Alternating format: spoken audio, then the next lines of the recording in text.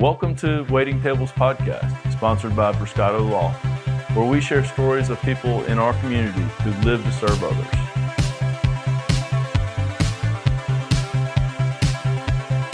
All right. Well, before we get started, I'd like to read a little introduction from what I understand about our guest today. Jamie Davis Jr. is the Democratic nominee for the United States Senate from Louisiana. Long before he became a candidate for federal office, he was and still is a farmer. Jamie was born and raised in Waterproof, Louisiana, a small town and Tenshaw parish in the heart of the Mississippi Delta. His story is deeply rooted in the land. He often talks about his family's journey from slavery to sharecropping and eventually to owning and farming their own land, a legacy that spans generations and continues today through his work as a third-generation farmer. Today, Jamie operates a large farming operation of roughly 3,200 acres, producing crops including cotton, soybeans, corn, sorghum. Agriculture isn't simply his profession, it's the lens through which he sees many of Louisiana's biggest challenges, from rural healthcare and infrastructure to trade policy, insurance costs, and economic opportunity for small communities. His commitment to public service began close to home. Jamie served on the Tenshaw Parish Police Jury, Louisiana's version of the County Commission, where he worked on everyday issues that affect rural families, roads, drainage, budget, and local government. He has also served on the Louisiana Democratic State Central Committee and previously sought election to the Louisiana House of Representatives before launching his statewide Senate campaign. Throughout this campaign, Jamie has presented himself as a different kind of Democratic candidate. He proudly embraces his rural roots, describing himself simply as a country boy. That's it. He's a hunter, an outdoorsman, a competitive bass fisherman, and someone who believes that Louisiana's rural communities deserve to have a stronger voice in Washington. Rather than focusing on partisan labels, much of his campaign has centered on practical concerns like supporting farmers, keeping rural hospitals open, creating economic opportunity, and helping working families navigate rising costs. One thing that's become clear throughout this campaign is that Jamie Davis isn't trying to fit a political mold. He's trying to tell the story of rural Louisiana through his own life and experiences. Today, we talk about that journey from growing up in Waterproof to working the family farm, serving his local community, and now seeking one of Louisiana's seats in the United States Senate. Jamie Davis, welcome to Waiting Tables. It's great to have you with us. Thank you, sir. Now, I got to ask one question. Who was the person that was waiting tables? Me. Okay. Yeah. Yeah. I grew up working in a restaurant called Gino's Italian Restaurant. Okay. And my grandfather started that restaurant, my grandfather and my grandmother, Eugene John Bruscato and Rosalie Bruscato started that restaurant in 1964. Okay. It still operates and is in existence today. It's ran by my father and my aunt, Frank Bruscato and Phyllis Jean Bruscato. And from the time I was about 10 years old until I was 22, I graduated from college. Yeah. From 10 to 22, I worked probably 95% of the Fridays and Saturday nights. Right. Up there. Yeah. And then a lot of the Thursday nights. Now, where's the restaurant located? It's in Monroe. Okay. It's off of Louisville. You ever heard of it's the second oldest restaurant in Monroe. Okay. The oldest restaurant is a restaurant called Mohawk. Okay. A lot of people were maybe more familiar with Mohawk than Gino's, but Mohawk's on Louisville, and we're right next to Mohawk on the corner of 8th and Arkansas. Okay. And my grandparents raised their family there in the house that's next door. Right. And my family grew up working in that restaurant. Yeah. And I grew up waiting tables. Right. And it was a big, huge part of how I developed. Got it. You know? Yeah. Your path sound like mine a lot. It's just in a different arena. You was in the restaurant business, and I was on the dirt. Yeah. Yeah. Well, your story is remarkable from the standpoint of it sounded like your family basically became farmers through slavery. Yeah, well, and the only thing about the slavery part of that story is there's a very, very high chance that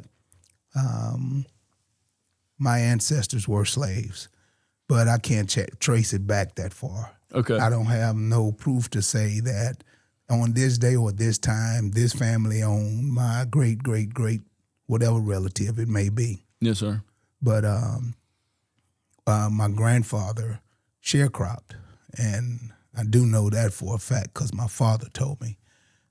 He never did own his own farm per se. Never owned no land of his own, but he farmed and always farmed and was really good at it. That's where my dad learned how to grow cotton at, and he passed it on to me. But my father started our family farm in '77. I was 7 years old. And when you refer to your family farm, are you talking about where he actually acquired ownership of the land? No, we didn't actually own land, my immediate family, until the 90s. Okay. So, yeah, from 77 until 91 or 92, right in that range, was, we always rented. Yeah, we rented land. And in the 90s is when, my father was fortunate enough to start buying land. So for people that don't know, and I'm not sure I know, I have some ideas, but I really don't know I've never been in farming, and my family, as far as I don't know anything about farming. So what is sharecropping? Sharecropping is when someone else owns the land and they provide you, the person that's going to do the work, all of the goods that you need to farm. Basically, I'm going to explain it in my terms. It's their farm, but you just working it. Mm-hmm. And then you get half of what you worked and made. But the person that owns the land provides all of the seed, the fertilizer, all of the goods that you need. The tools? No, not the tools. Because back then it was basically, mules and plows and all of that. And my grandfather had those. He had his own tools. Mm-hmm. But he didn't have that. He didn't have land to start with, which was the main thing. Mm-hmm. Yeah. So what I read correct? That you farm 3,200 acres presently. Yeah. We farm approximately plus or minus 3,200 acres in 4 parishes: Tensall, Concordia, Franklin, and Catahoula. What? How long have you been involved in that specific work? All my life. I mean, I kind of like you, waiting tables. Well, when I graduated, I always worked on a farm since I was old enough to work. And when I graduated high school, my parents gave me the opportunity to go to college wherever I wanted to. And I chose LSU. And I went down there. And life happened. Ended up with a son. And didn't stay at school. And was fortunate enough, and it worked out, that I came home and started working on the farm with Dad, and immediately the farm started to grow. And I've been farming ever since. Was there a particular season or a fortuitous event that solidified your position as as stepping into that farming business? Well, it sounded like it started to grow. That's why. Yeah. Well, keyed me that. I guess it's kind of like waiting tables a little bit. I'm quite sure your parents were helping some, but I would imagine that they could put out more product with you there working effectively versus having. Now, I want to say a person of labor is an outsider, but a family member is totally different working in your family business than a family member. Mm-hmm. Yeah. It's kind of like that old saying, if you want something done right, you better do it yourself. Yeah. When you got your family there. Right, yeah. And so, I was young, but I knew how to do things the way my father wanted them done versus, a person of labor. I knew what to expect out of him. I had been doing it so long. Just, whenever he would tell me, I need you to go do this or go do that. I've been doing it so long, I knew what he wanted. And, we were blessed, man. We were fortunate. I came along at the right time. I mean, I say that and people think it's just so cliche, but everything in my life has happened, and it's happened for a reason. It really has. I want to say it was in the 90s, maybe 96 to 98 possibly. Farming hit a hard patch, and a lot of farmers were leaving the industry, some because it just wasn't working and some because they were forced out. And our farm still grew.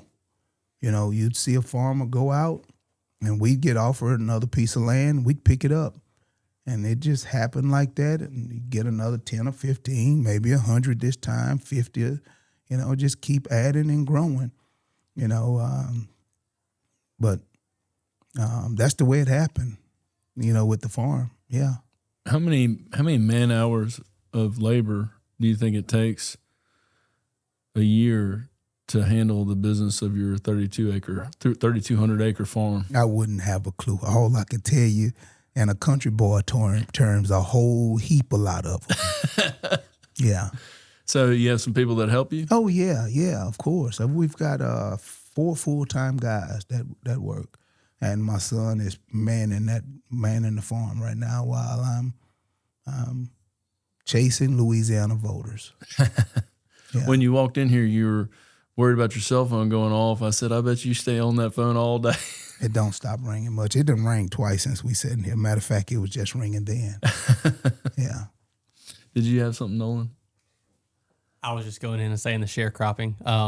Simple terms is you'll go and instead of getting paid like cash rent or getting paid, Right. You just get a portion of the crop. Mm-hmm.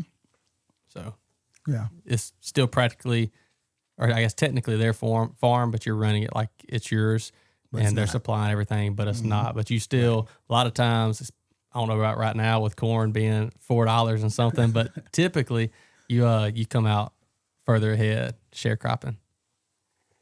So as a farmer, would you rather sharecrop somebody else's land? I've never sharecropped. Okay. No. Yeah.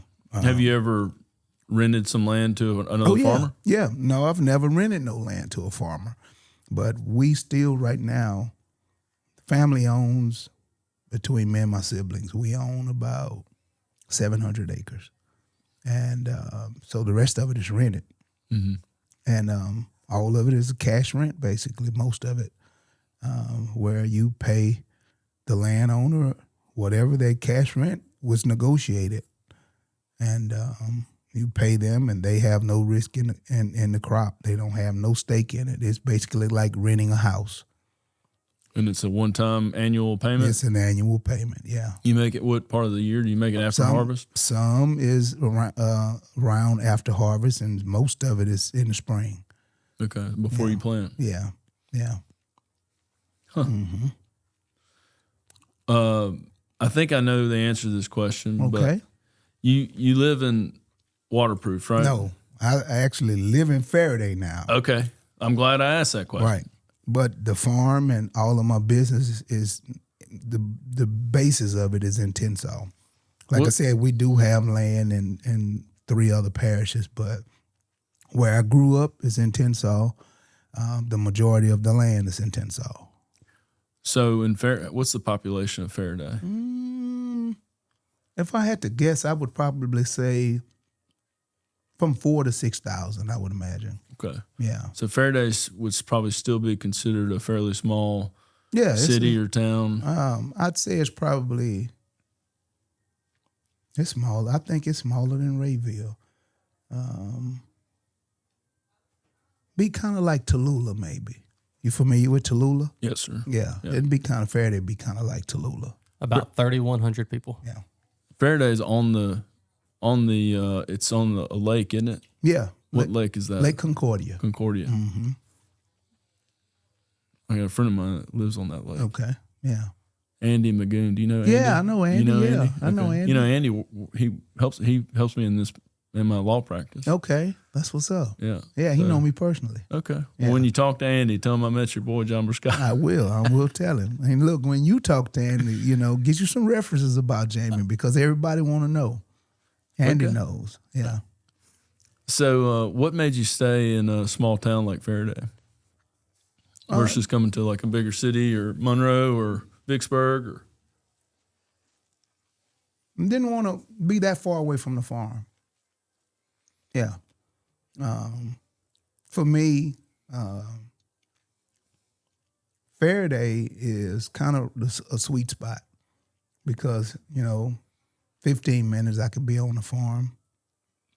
And that's, a decent drive to work every day. Yeah. Wouldn't want to drive an hour to work every day. Yeah. Not after working hard all day long. Yeah. Yeah. Well, if you're successful, you're going to have quite a commute to Washington. Oh, yeah. Oh, yeah. Oh, yeah. What do you think farming has taught you that most politicians don't know? As far as like the biggest thing I believe farming has given me is patience.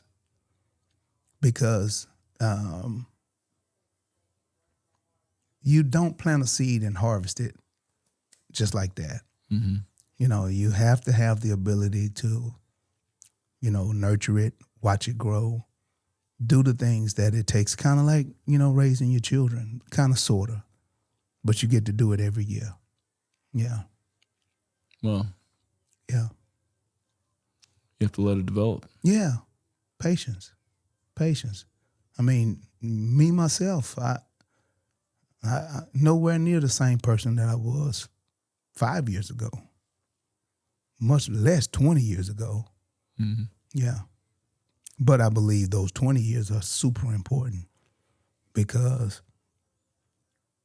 20 years ago, man, I was so eat up with bass fishing till it was pathetic, dude. Yeah, no joke. 2006, I just come off of a big win right here in Monroe. Like a tournament? Yeah. That Ronald McDonald tournament? No, it was the FLW tour. Okay. I won that tournament, and about 2 to 3 weeks previous to that, I finished second in one. And at one point in time there, some magazines said that I was one of the hottest anglers in the nation. So, because I had a good stretch of good finishes. Wow. And I was doing really well. Yeah. So I was eat up with it. But I believe those experiences in bass fishing give me the ability to maneuver anywhere. Because, just let's be realistic about it. Bass fishing is a conservative sport when it comes down to who participates. Sure. So to build friends and relationships in that arena, it gives me that same ability, just like in the ag industry. It's a conservative career. You a farmer, you dealing with conservative people every single day. Gives me that ability to know how to maneuver and talk to conservative policymakers, which what happens in Washington. And I believe that's what set me up to be able to do it. Who are most involved in banking? Conservative people. To have a guy like myself to be somewhat successful in my career, farming, I have to borrow money from somewhere because I am not a rich man. I'm a common man like most people that get up and go to work every day. I'm not a guy that I can't just not go to work. I have to work to make a living. I'm not set up like that, so most people know that. So with that being said, you have to be able to negotiate.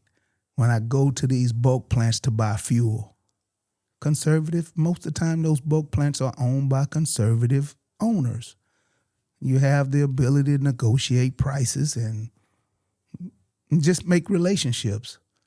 That's all needed when you go to Washington. You need to be able to talk to people, to be able to build relationships. I believe that's why we don't get anything done in Washington, simply because people don't have communication skills enough to be able to talk to one another. And I'm not saying that some of it may be they don't want to, but I ain't going for that. Mm-hmm. You know, I'm going to make Louisiana better for all of us. That's otherwise I could just stay home and farm. I'm not looking to go there to make that little money that you have to go and be away from your family, because it's a little money when you have to be gone away from your family the way you're gone. How long would you have to be gone, or how long would a U.S. senator have to be in Washington or on a minimum basis, let's say? It's on average, it's about 4 days a week. It from me doing the math and just averaging it out, it looks like you'll be gone from Monday to Thursday and could be home Friday, Saturday, and Sunday. And you'll be getting the plane probably Monday morning. Yeah. Even though it won't be consistent like that. There'll be stretches where you'll be there for weeks, and then there'll be stretches where you'll be at home for weeks at a time. So 4 out of every 7 days. Mm-hmm. I mean, that's basically, probably 150 days a year. That's right. 175 days a year, that's something right. like that. Yeah. Mm-hmm. Yeah. So, and that's why I said that my life as a whole has evolved to give me the ability to talk to people. And I believe that's why I'm having the results that I'm having. Because trust me, not every vote that you saw that I collected was all Democratic vote. Some of them was no party voters. Some of them were no party voters. Let me ask you this. Before election night, Mm-hmm. did you have like a little side bet with somebody about what the No. what the numbers would be? No. If I'm gonna be honest with you, I did. You did? I did. Okay, that's cool. Hey, but nowhere in my wildest dreams did I think you were gonna get 80%. 80%. Didn't see it coming. Right. Did you feel that was gonna be the? I mean, just to be honest with you, my parents always raised me up to know that if you plant good soils, good seed in the good soils, you shall have a harvest. So I knew we had worked, and I knew we had worked hard enough that, we would have a harvest. I just didn't think it would be an 80% harvest. I didn't, That was pretty remarkable. Yeah. It really was. And there's something that, a lot of people is not really looking at. We won 64 parishes twice, all of them. Wow. That's never been done with nobody. Wow. And we do it 2 times.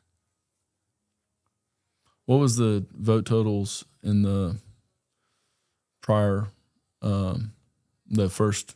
I want to say we had 163,000 votes, and second and third, which was only separated by about 300 votes, and they had plus or minus 90,000 and some. Wow. And then this time it was like 156, I think. We were 7,000 off of our pace from the first time. Mm-hmm. And my competitor, I think he had like maybe 38,000, I want to say. Just plus or minus, something like that. Did you feel like, how did you feel about the voter turnout? Honestly, I felt very proud of the voter turnout in the primary, but I feel like the people relaxed. I think some of the people that are watching elections felt like the outcome was going to be what the outcome was, and they just wasn't serious about it. I think they just took the runoff off. Because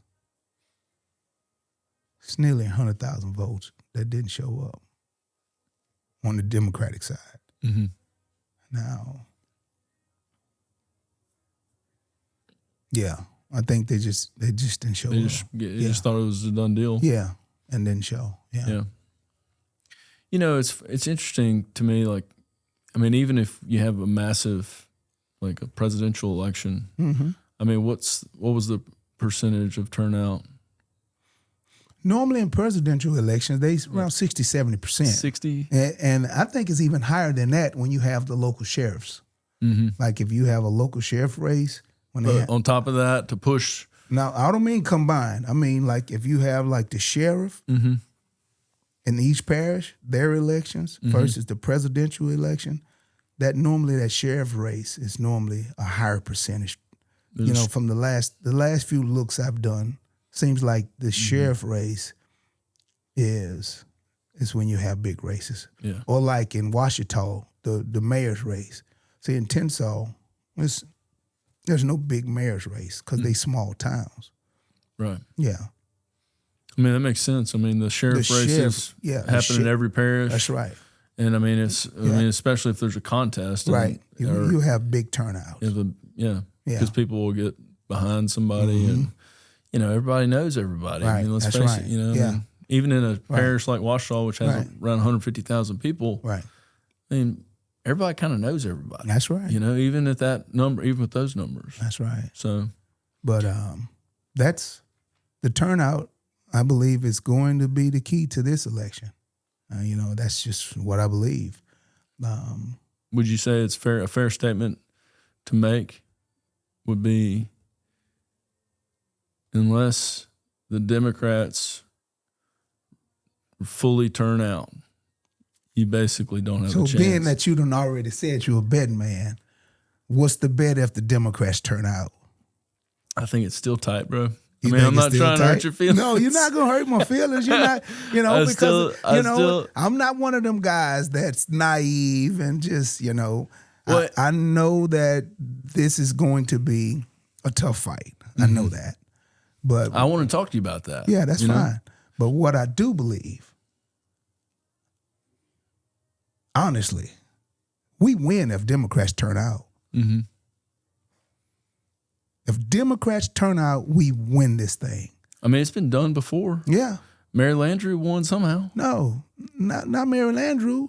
John Bell Edwards. John Bell Edwards, that's right. Yes, sir. Yeah. Well, I mean, I was talking about senators. Right. You know, well, it's similar. But yeah. It's similar.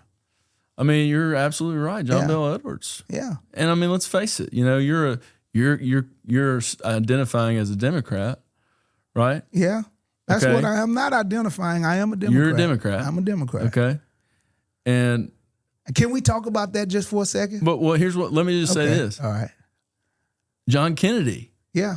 Was a Democrat. That's right. It's not like we haven't elected Thank you. Democrats. Thank you.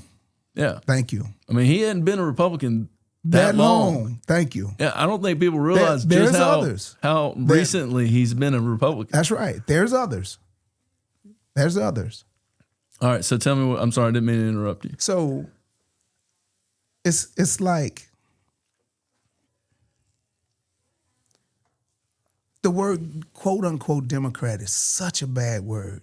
And Republican is such a bad word. I still don't understand if that was the case. I'm just giving a real analogy. You know, somebody said, "Give me a glass of water." You know, you wouldn't think for no reason in the world that they go dip you up some water out of the toilet, right? Right. So what kills me is the fact that there's no Democrat that can be good with some people, and there's no Republican that can be good. And when I say good, I mean good for everybody. Because not every single Democrat or Republican are to the extremes on either side of the ledger. Mm-hmm. There can be great Democrats for Louisiana, and there can be great Republicans for Louisiana. And then you do have those that are just basically, if it's not for their party, they don't want to have nothing else to do with it. But from day one, ever since I've been elected, even at the police jury, it was all about the people for me. You know, I'm a candidate and a person that loves people. And a vote for me is a vote for yourself. I'm not a guy that's going to hurt me just to please a party or individual or anybody, because it makes no sense for a bill to work for the people or a bill not work for the people and we still pass it. That's the way I see it. It has to work for the people, not for the person that wants the bill to pass, that only works for a small group of people. Either side, don't matter which side. And so you see people tugging and pulling. And I believe that's what has us in the situation that we're in, because everybody wants to. You said the situation you're in. What do you mean? Meaning that we have so many people. I'll give you a great example of what I'm trying to say. And this is just facts. I'm not trying to throw political blows or anything like that. It's just facts. For those that like to go and do research and dig into your social media and all of those things. You're talking about like operatives, like political operatives? Right. Got you. So when the One Big Beautiful Bill came out, I'm a farmer. There were pieces in that bill that helped farmers. And I was cheering for that part of the bill. But then the more I got to read it, and I live in rural Louisiana, and I'm like, oh my God, all of these hospitals going to be hung out to dry. And I was like, we don't need to pass this thing, because rural hospitals is going to be hurt big time. Healthcare industry going to be hurt big time. And so I've got the business side of me that's pulling for this bill. And then I've got the side of me that know I've got family members that depend on Medicaid and Medicare, and myself depending on the ACAs. So I'm like, oh my goodness, what's going to happen here? Well, I feel like health is way more important than my farm. I need to be able to live, because if I'm not living, what good does it do me to have this bill that helps my farm if I can't afford to have health care? So that's why I felt like it was a bad bill for me, because of the health care part of it. But in my farming business, I'm loving it. So that's why I say that it was a bad bill when it comes to people. Because when you say for a person that can't afford to buy the insurance that depends on Medicaid, Medicare, or the ACAs, when you say that would be something that would hurt the people? It would. Yeah. And here's, I mean, I'm a person too that, I mean, with my business, I'm very intimately involved in healthcare. Right. I mean, people get in car accidents, I represent them. Right. And I help them marshal their claims against the insurance company and against the individuals that cause those problems. Right. Okay. And I'm not involved if nobody's injured. Right. You know, if it's just a property damage thing, I'm probably not even involved in that. That's right. Okay. Right.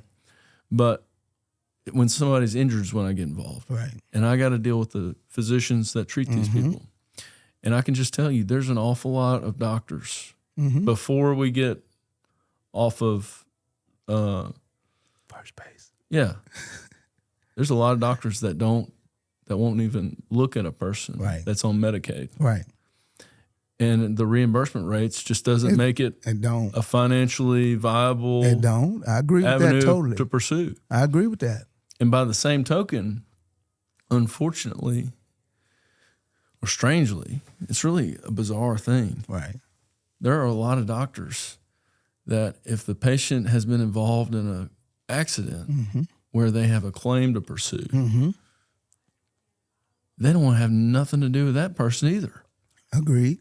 I've heard that. And it's like they want to torpedo the case. and say, oh, this isn't a big deal. They shouldn't get any money, Right. for this injury. Right. Although they had to have 12 surgeries and, Right. dozens of rounds of prescription medicines for various different reasons from an accident somebody else caused. Right. So there's a lot of games going on. It is. Where I'm going with this is in the healthcare space. It almost feels like it's like a chess match. It is. Between the physicians, the providers, the insurance companies, and the payors, and the patients. And the patients are ultimately the ones that's taking it on the chin. Yes, they are 100%, and the physicians too, though. Yeah, I agree with that. I've talked to my doctor before I got involved into this to have some knowledge of how things work, and he told me, and the hospitals were on the chopping blocks before the OBB. And for primary too, this is what I would for primary care. Yeah, a lot of people go to hospitals for something that should be handled by primary. True. You can go to a clinic. If they don't have anything, they definitely go into the emergency room then. Yeah, you're right. You're they don't totally have right. anything, they definitely go into the emergency room. I agree. But I said all of that to say this, is that if you have nothing, then we're going to have a sicker Louisiana. But I believe that we have to have something. And with the cuts that was put into it, my own example. My ACA healthcare plan in 25, $640, $650. Same plan. Per month. Rolled it over into 26. Didn't change a thing. Same everything, just rolled it in there.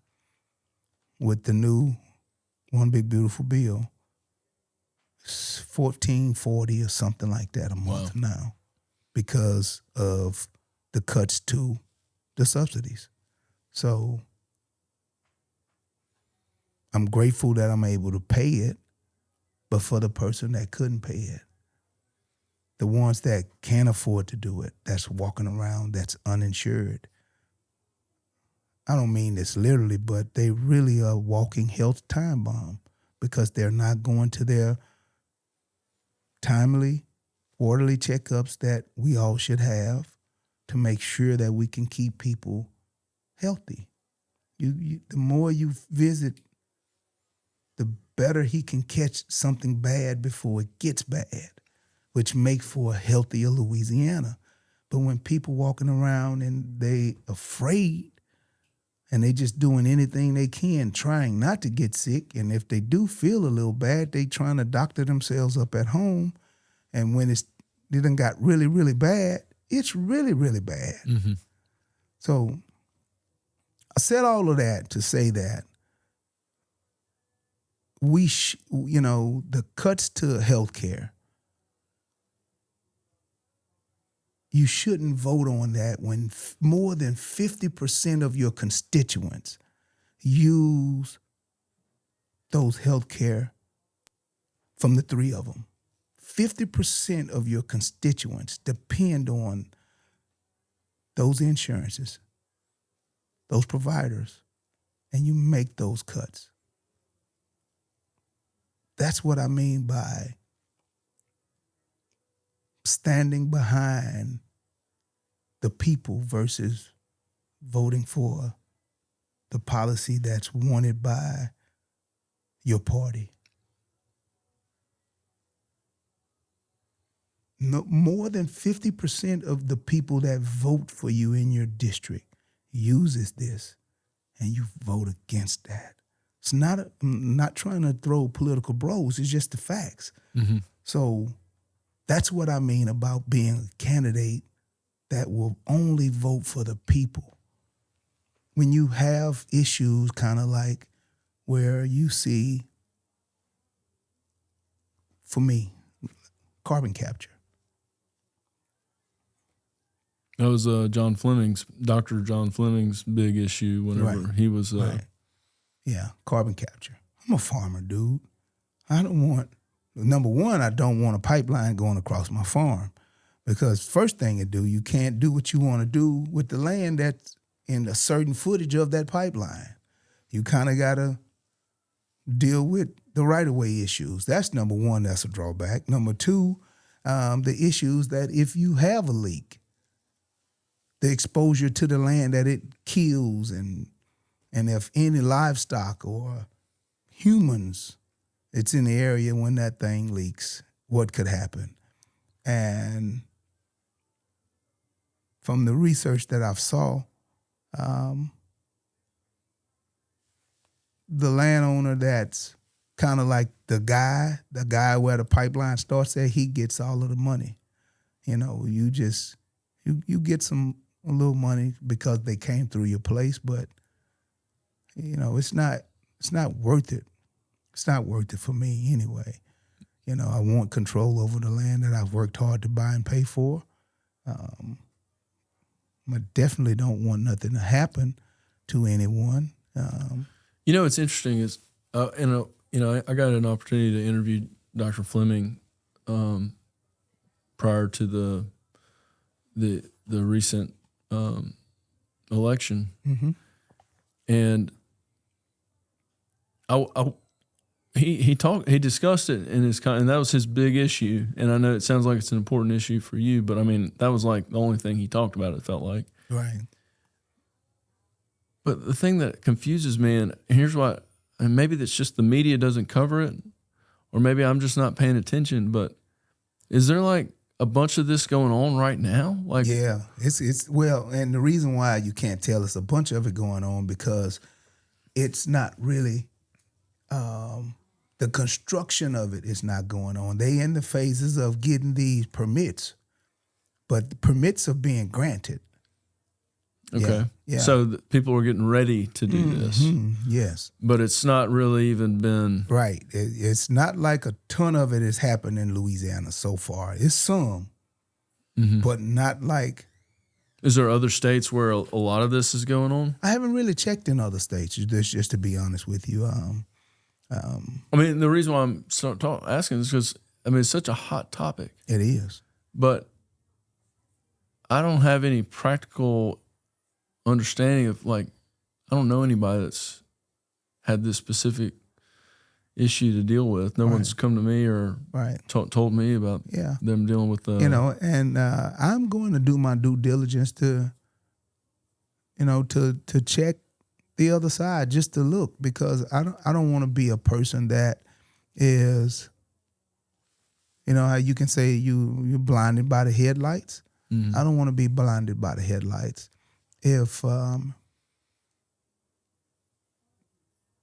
If these exploration companies that's doing this carbon capture, if they have a system that works and it really works and they can prove it works, it's reasonably safe and it's safe, then, you know, it should be looked at. But from what I see right now, you know, especially when I'm hearing talks of going back into old abandoned well sites and using them as capture wells, knowing that those things are years and years and years old, and knowing that moisture and rust, what it do to pipes, and then you're gonna put 10,000 pounds of pressure down in there. It's coming out. Yeah. We only get one aquifer in our area. It ain't like we can just go to another aquifer and get some water. If we ruin our water system and the aquifers, we don't get another one. So, yeah, we don't get another one. You said that you are a Democrat. Yeah. If you had to describe your political philosophy, not your party's philosophy, but your philosophy, what would you say it? What would you say it is? I'm a practical guy, a no nonsense guy. If something works, regardless of who idea it is or was or however it is, if it works, and we're gonna run with it. Whether it's a Republican idea that came along, if it's best for Louisiana, I'm with it. But if it's a Democratic idea and it works for Louisiana, I'm with that. It's no nonsense. It's the same way I work on my farm. And it's, people. So it sounds like you're a pragmatist. Is that fair? Well, that's somewhat, yeah. I mean, Yeah. So to help me and everybody else understand, would you say you're on the spectrum of Democrat? Would you say you're progressive, moderate, blue dog, or something else? I mean, we've thrown out. Maybe you're a pragmatic Democrat. Maybe that's what you are. Why I just can't be Jamie? Because you called yourself a Democrat. We know that horse done left the barn. Well, you're right. That horse has left the barn. But you can either be a Democrat or a Republican, right or wrong, Or independent. or no, you can. Jeff Landry said party. you can't be an independent. You got to be no party. You can't be Or independent. no party. Yeah. You can be no party. Mm-hmm. Well, I'll say it like this. There's more opportunity to connect with people if you're in a party, probably. Fair? Fair. That's fair. That's fair. Yeah. I'll accept that one. Yeah. Because I'm not the guy to be put in a box. Matter of fact, I probably wouldn't fit in it. I'm so big, Yeah. Well, I saw a post recently that you were talking about you kind of going through your own health journey. Oh, yeah. And you said I'm so big, but you don't look big as you sit right here. I appreciate that. Yeah. Thanks. Yeah. But, getting back to the Democrat-Republican thing, man, when we're talking into each other and just interacting as people, we don't look each other and say, everybody is the same. That's not the way we live life. But when it comes to politics, everybody is the same. Oh, he's just another one of them Democrats. He's a lefty liberal, as they make everybody out to be. Yeah. And I could be probably more conservative than they are. In some ways. In some ways, yes, I'm sir. listening to you. I believe that. Yeah. Yeah. But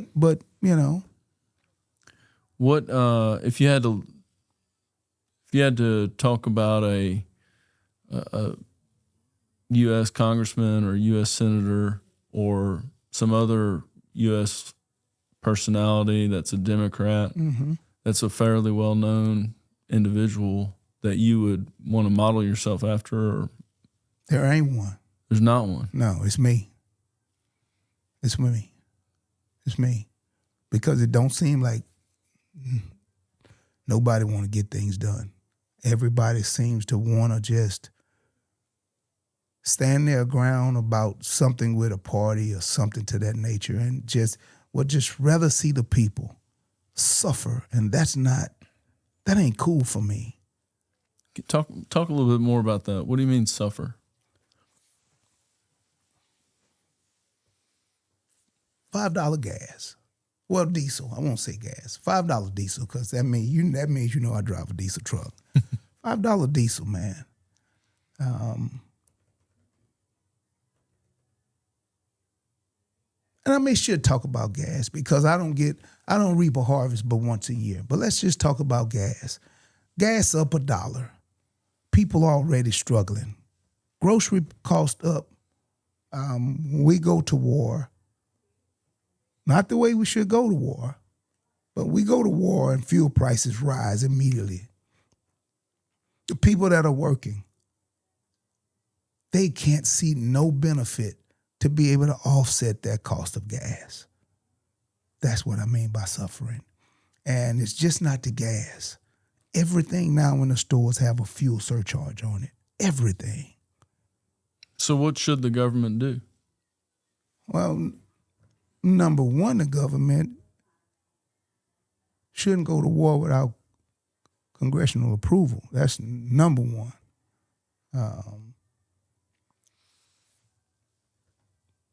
I'll give you another example of a farm example. of some of the things that I see that needs to be looked at, because until I have the ability to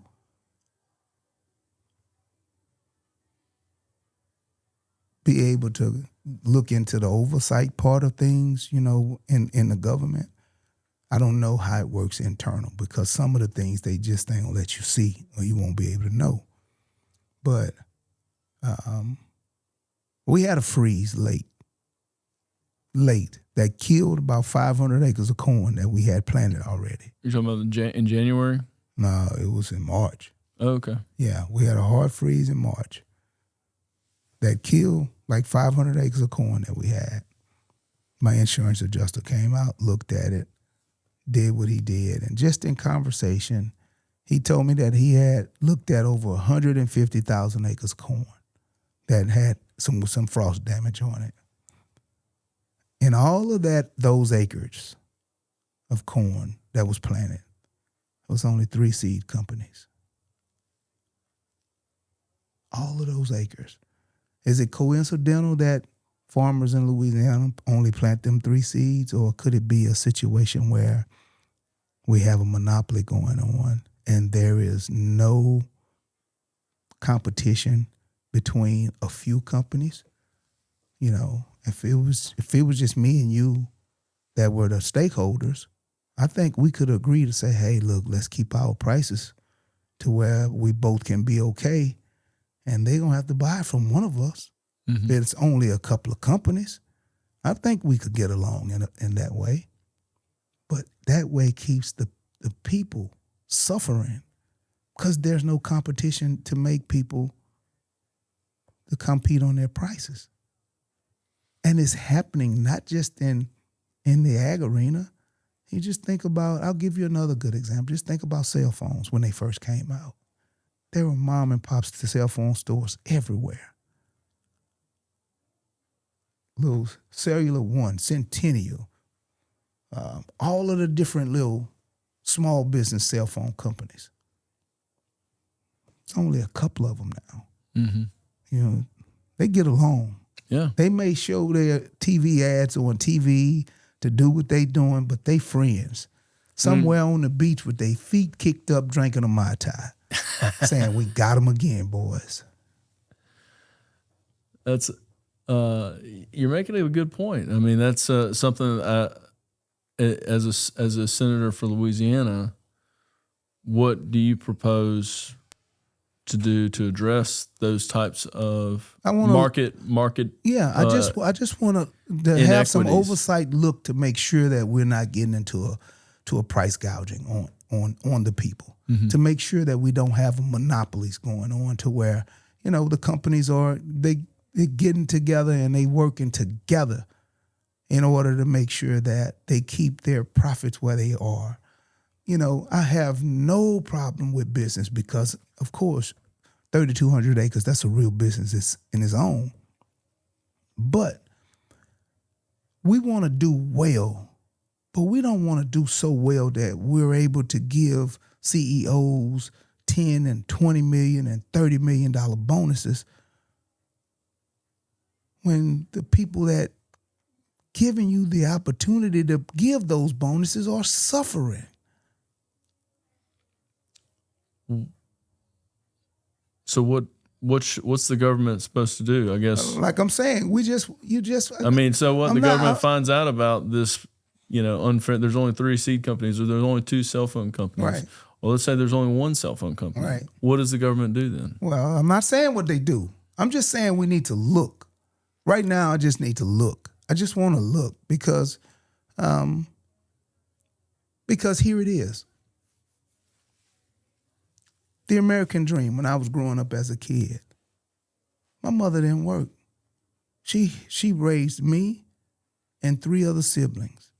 And my father did really well, working on our farm, raised his kids, sent all of us to college.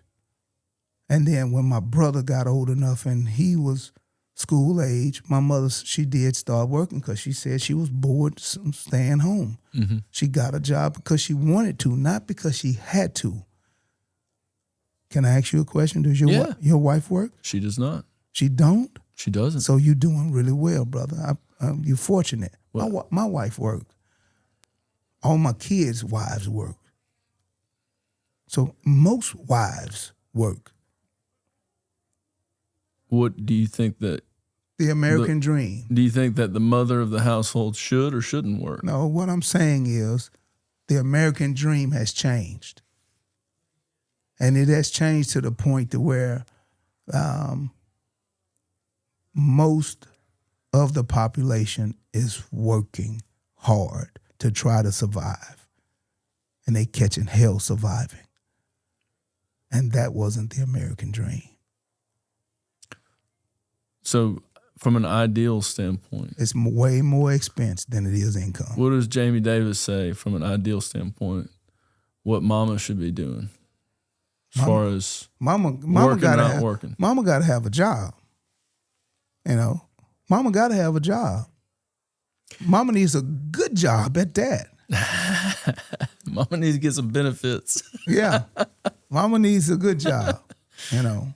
You know, I look at it like this, and I've got 3 children, and How old are your children, if you don't mind me asking? 16. Okay. Lord save me from All right. that. And then Girl or boy? boy, Okay. yeah. So Bless you. yeah, he Number 2. Yeah, number 2's a boy, 13. Okay. Number 3 is a girl, and she's 5. Okay. Okay, All right. and So somewhat now I see why mom's at home. yeah, Yeah. mama's at home, Right. but we have some other businesses and things that she helps with. I mean, I don't want to Okay. make it sound like she doesn't do anything, Right. or that she doesn't, do more to provide than clean the house or cook or whatever. Right.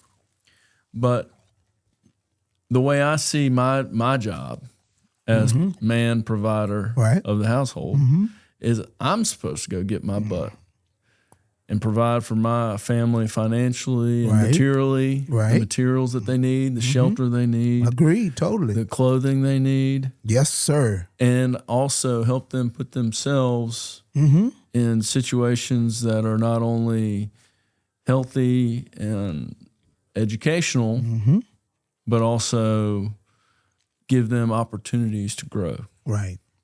And so I push my kids, including the 5-year-old, to get out there. Right. We go out to dinner, Yeah. and the server comes and waits on our table. I won't order for my kids. I say, you go talk to that man or lady, and you tell them what you would like to drink. Right. And sometimes the server will say, what about for the kids? Or what about for the, if we just have our daughter or something? Because the boys, they'll be off. Right. You know. Boys being boys. They run away, They whatever. they at that age now. Yeah. Yeah. But we'll have our daughter, and they'll ask, well, what would she like to drink? I said, I don't know. Why don't you ask her? Right. She's a person, and she needs to get to the idea that she's going to have to speak up for herself, Right. Early.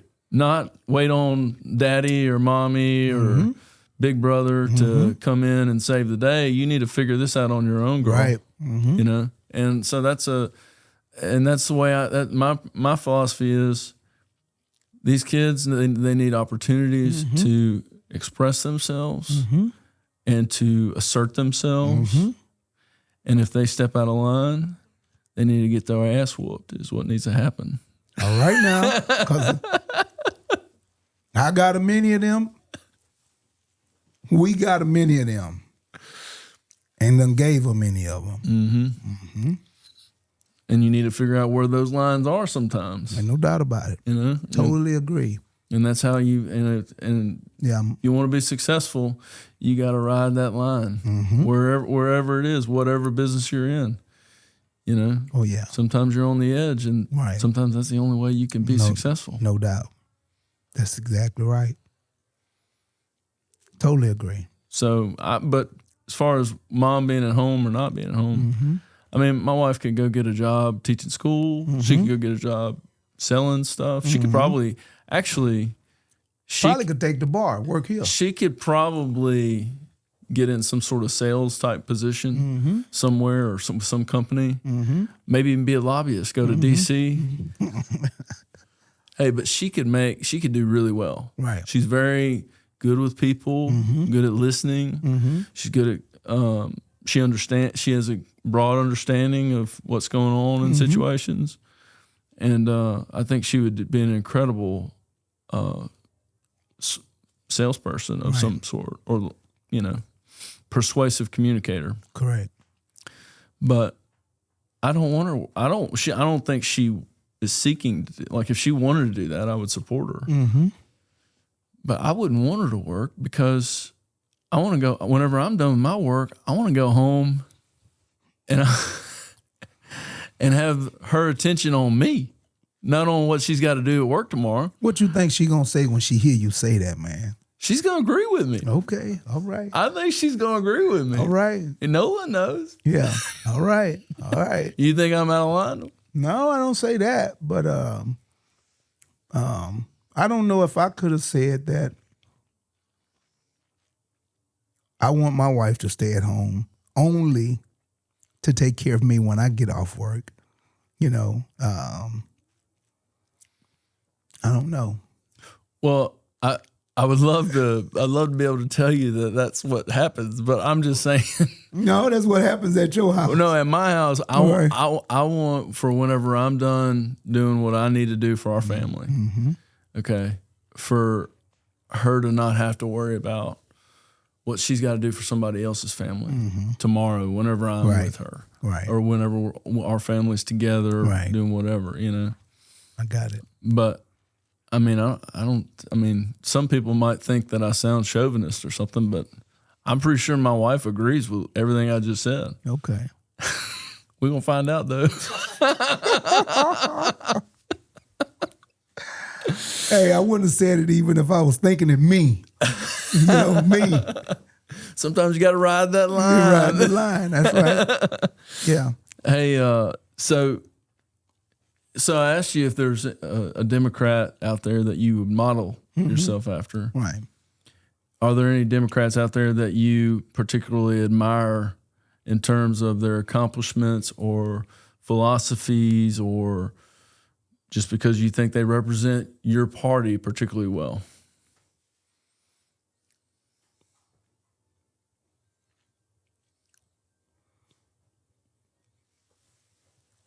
I've never really thought about it in a way that, that's somebody that I would like to emulate myself after behind. We've had great Democrats, what I believe would be considered great Democrats. From the Kennedys, of course, the Obamas.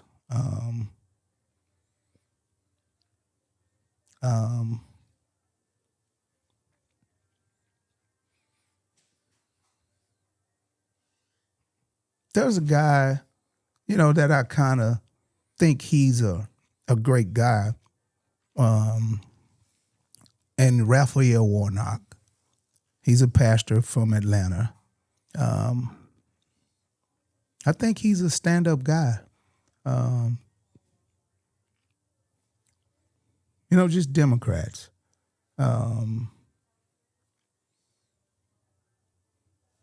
Realistically, I really don't have someone that I would want to emulate, because I've never been the guy that want to emulate anybody.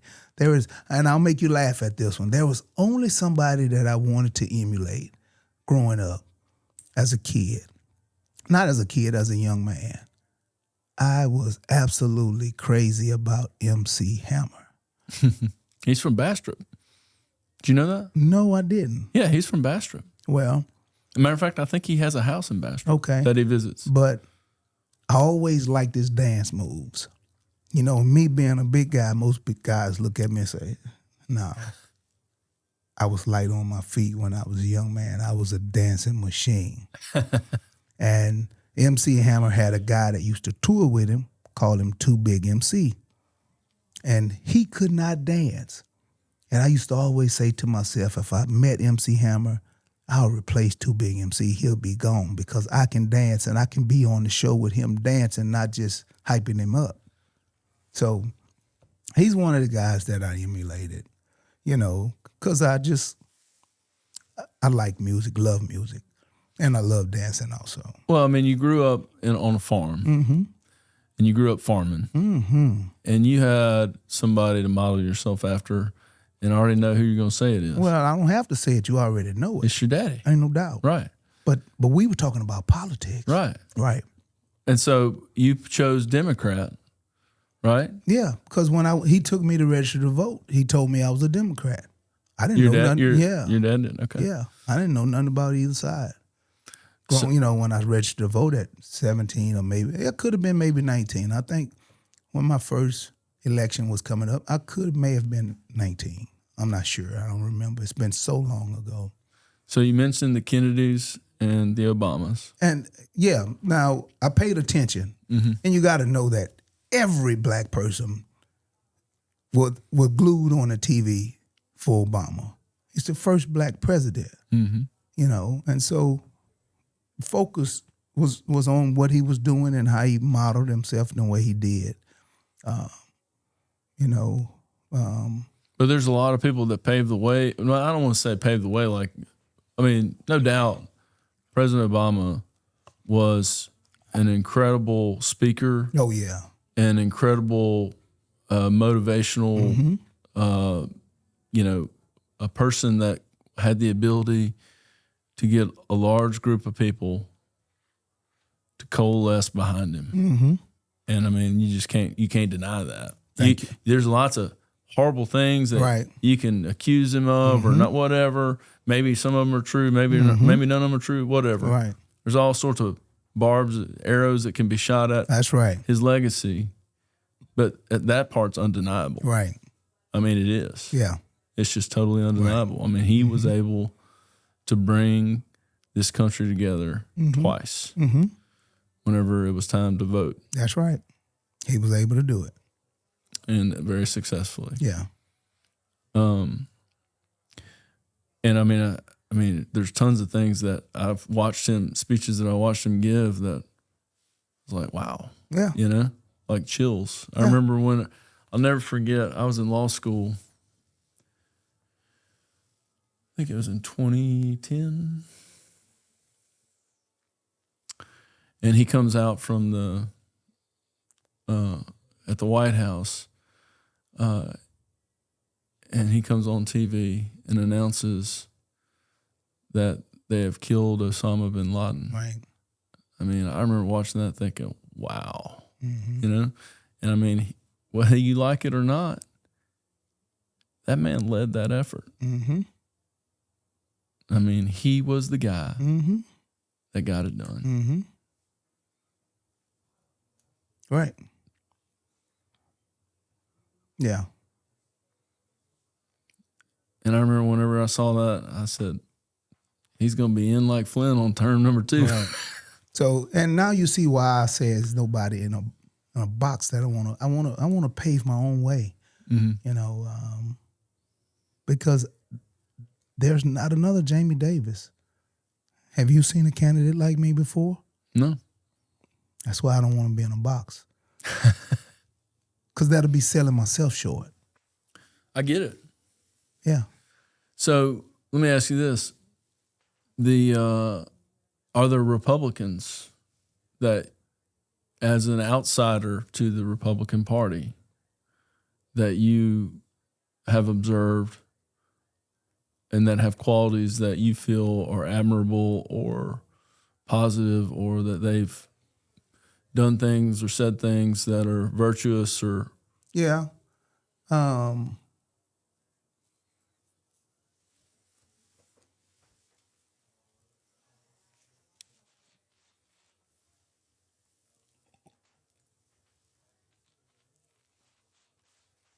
It's a pretty good question.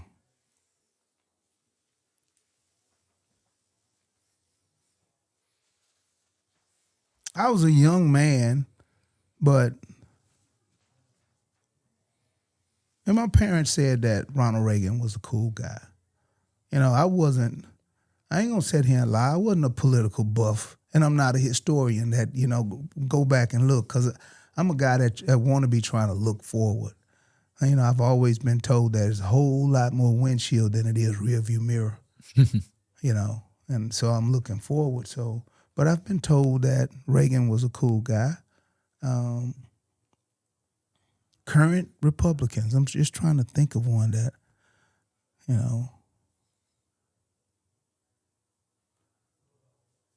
don't seem to be a bad guy.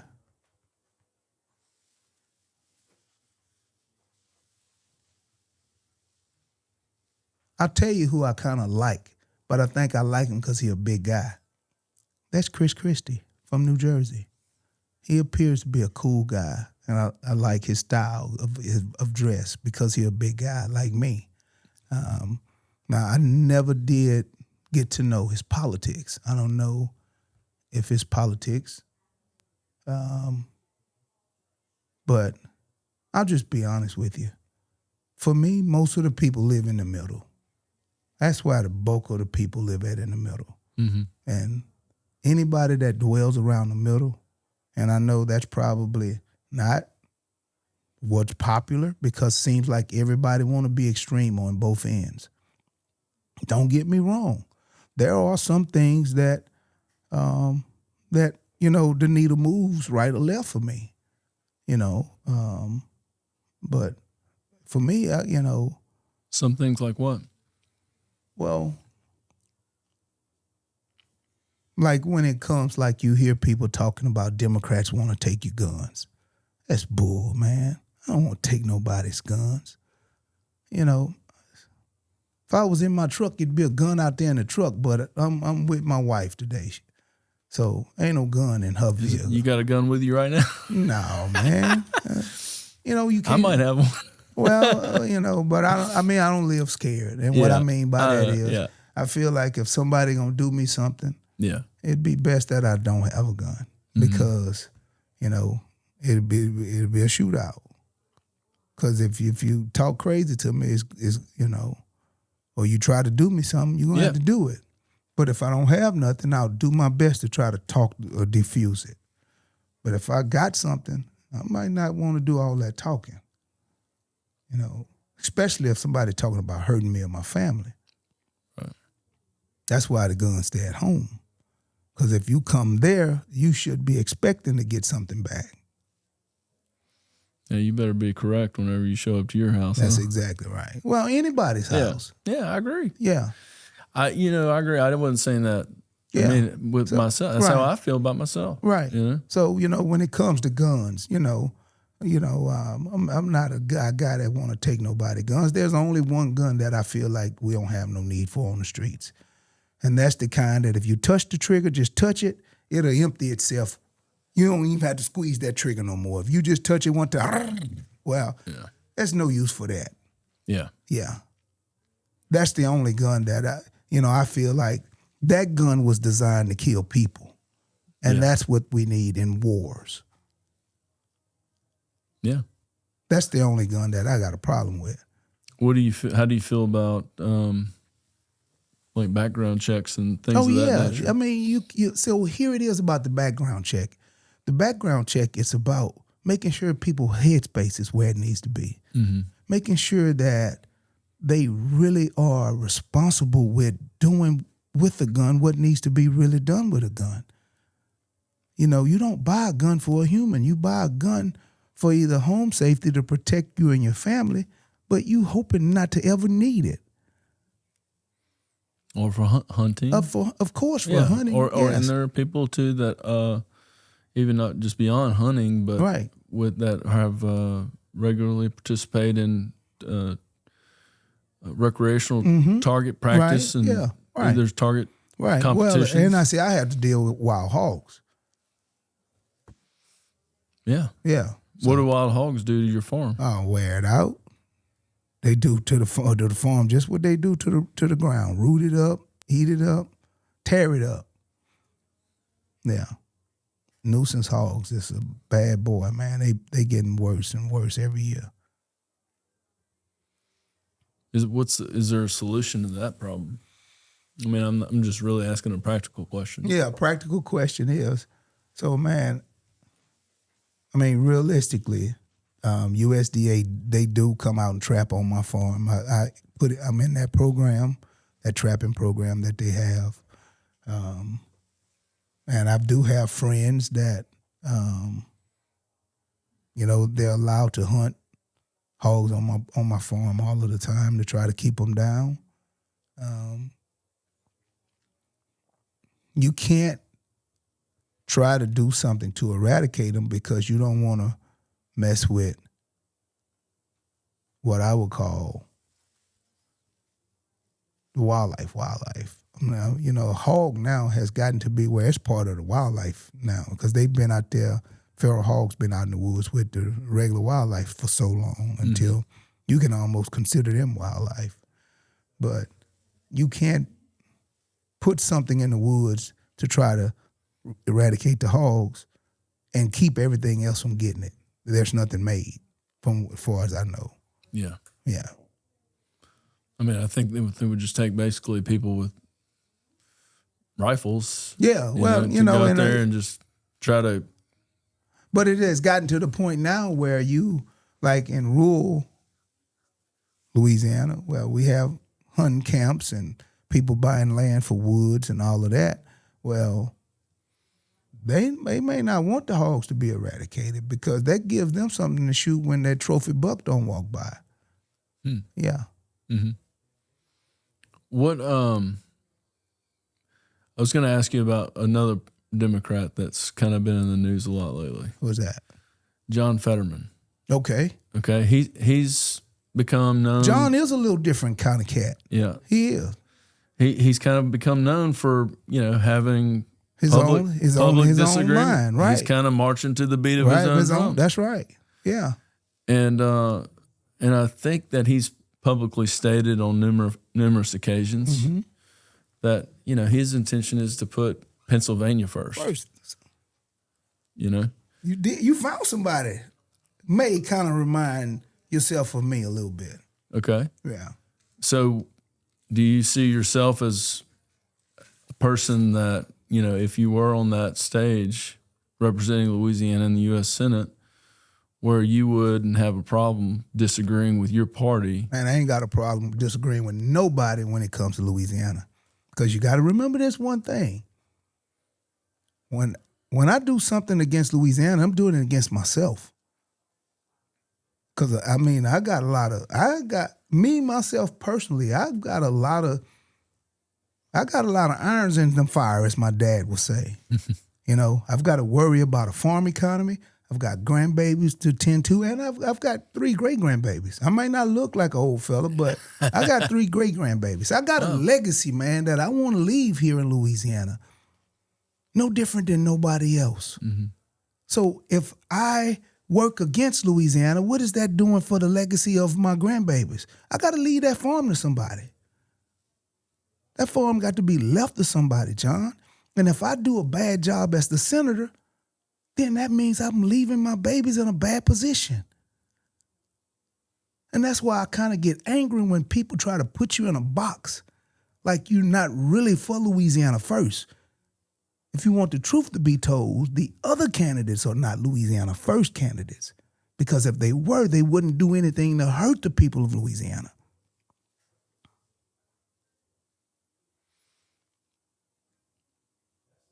And that's as real as I can get it, bro. That's as real as I can get it. In 20 years, I got 3 great-granddaughters, 3. So it's going to be some lucky guys come along because I'm hoping to get some more but I'm talking currently. Mm-hmm. And whenever it's their time to take the lead on this farm, and there's 3 of them right now, it's their time to take the lead. Well, they want to live in Tensas Parish and take over a farm. Not at the path we're going right now. Mm-hmm. I've got to make some changes. And what's great about that is not just about Tensas Parish, because as I've toured this state, and I've been around it a couple of times, about 30-some thousand miles on that Dodge Ram, that before I started getting in a rental car, because that thing was tearing my back up. But you go in places. I could take you a place in New Orleans that you would think that you was in Tensas Parish, because it hasn't come back since Hurricane Katrina. Still tarps on buildings, run down abandoned houses, schools closed in the middle of the city. I can take you into places. I'm trying to remember the name of the little town.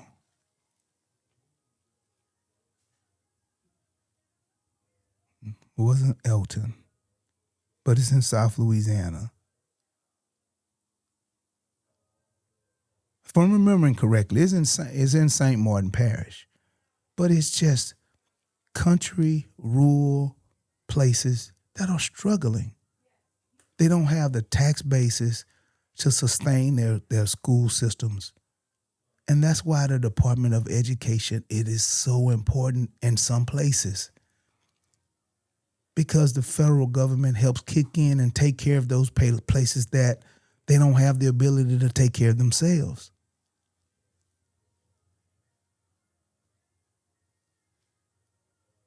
You can go to East Carroll and see the same thing. You have places in this state that it is imperative that they get some help. And so when I saw all of these things, I'm like, so it's just not Tensas.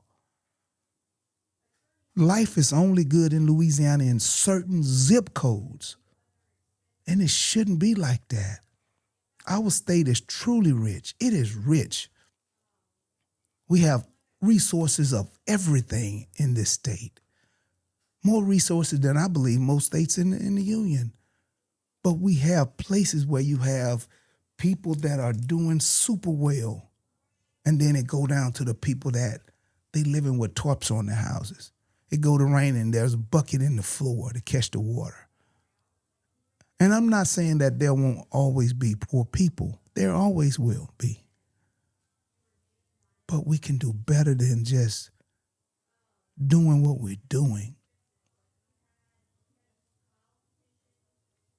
So from the opposite end of that spectrum, because it's obvious why a person that is not in those zip codes you're talking about, Mm-hmm. or a person that maybe doesn't have the income level or the means to earn an income, it's obvious why that type of voter Mm-hmm. would be attracted to your campaign. Right. But now can I tell you something? Okay. And please don't take this the wrong way. It's just facts. You're not going to offend me. Man, you got Republicans that believe that one day you'll go and you'll pull up to their place. And you can, going in, you can tell that they're conservative. But when you look at the way they're living, you would say, man, you should be a Democrat. But they're looking at a way of life that Republicans, in a way, on the high end of the spectrum now, of course I'm talking about the elitism and you have elite Democrats also. But man, I just can't vote for a Democrat. I'm like, okay, is there something that I can say or do to figure out what's the disconnect? Because obviously, from the way you live in, you have some type of help, whether it's food benefits or housing program where you're getting some type of rental assistance on housing. You are a part of all of the social things that most Democrats receive, but you're somewhat believe that someday you will be an elite Republican conservative someday. I just don't believe in it, man. I just don't believe in it. But you're receiving all of the Democratic things Social Security and all of those, because some of them are be on Social Security disability and those and on food assistance. And you're receiving all of these things that Democrats, that they are, those are their bell cows, as you would say. Just talking about the ideology part of it. But you vote conservative. And I just don't understand that. Really don't. I'll give you another group of people that do the same thing. Farmers. And I'm one of them. But for some reason or another, that we voted, when you talk about farmers as a whole, we voted against the ag industry. And because the president tells us, he sells us a beautiful dream about how he's going to take care of farmers. And in both of his administrations, we get kicked in the teeth. Tariffs kill us, $2 billion. And how are we going to build those relationships back with those countries when they can just buy the same stuff that we growing from other countries and don't have to pay a tariff on it? How you going to get that back? You'd be kind of like that wife that I know you love, that if you step out on her and you tiptoe in the tulips with this other pretty young lady over here, and I would die because I would be murdered. well, look, so my wife and your wife got something in common. Remember that gun that That's we right. like so much? That's exactly she would right. shoot me with My it. wife and your wife got a lot in common, Yes, because mine already told me, play with me if you want. And those are her words. I quote her on that. Play with me if you want to. Yeah. But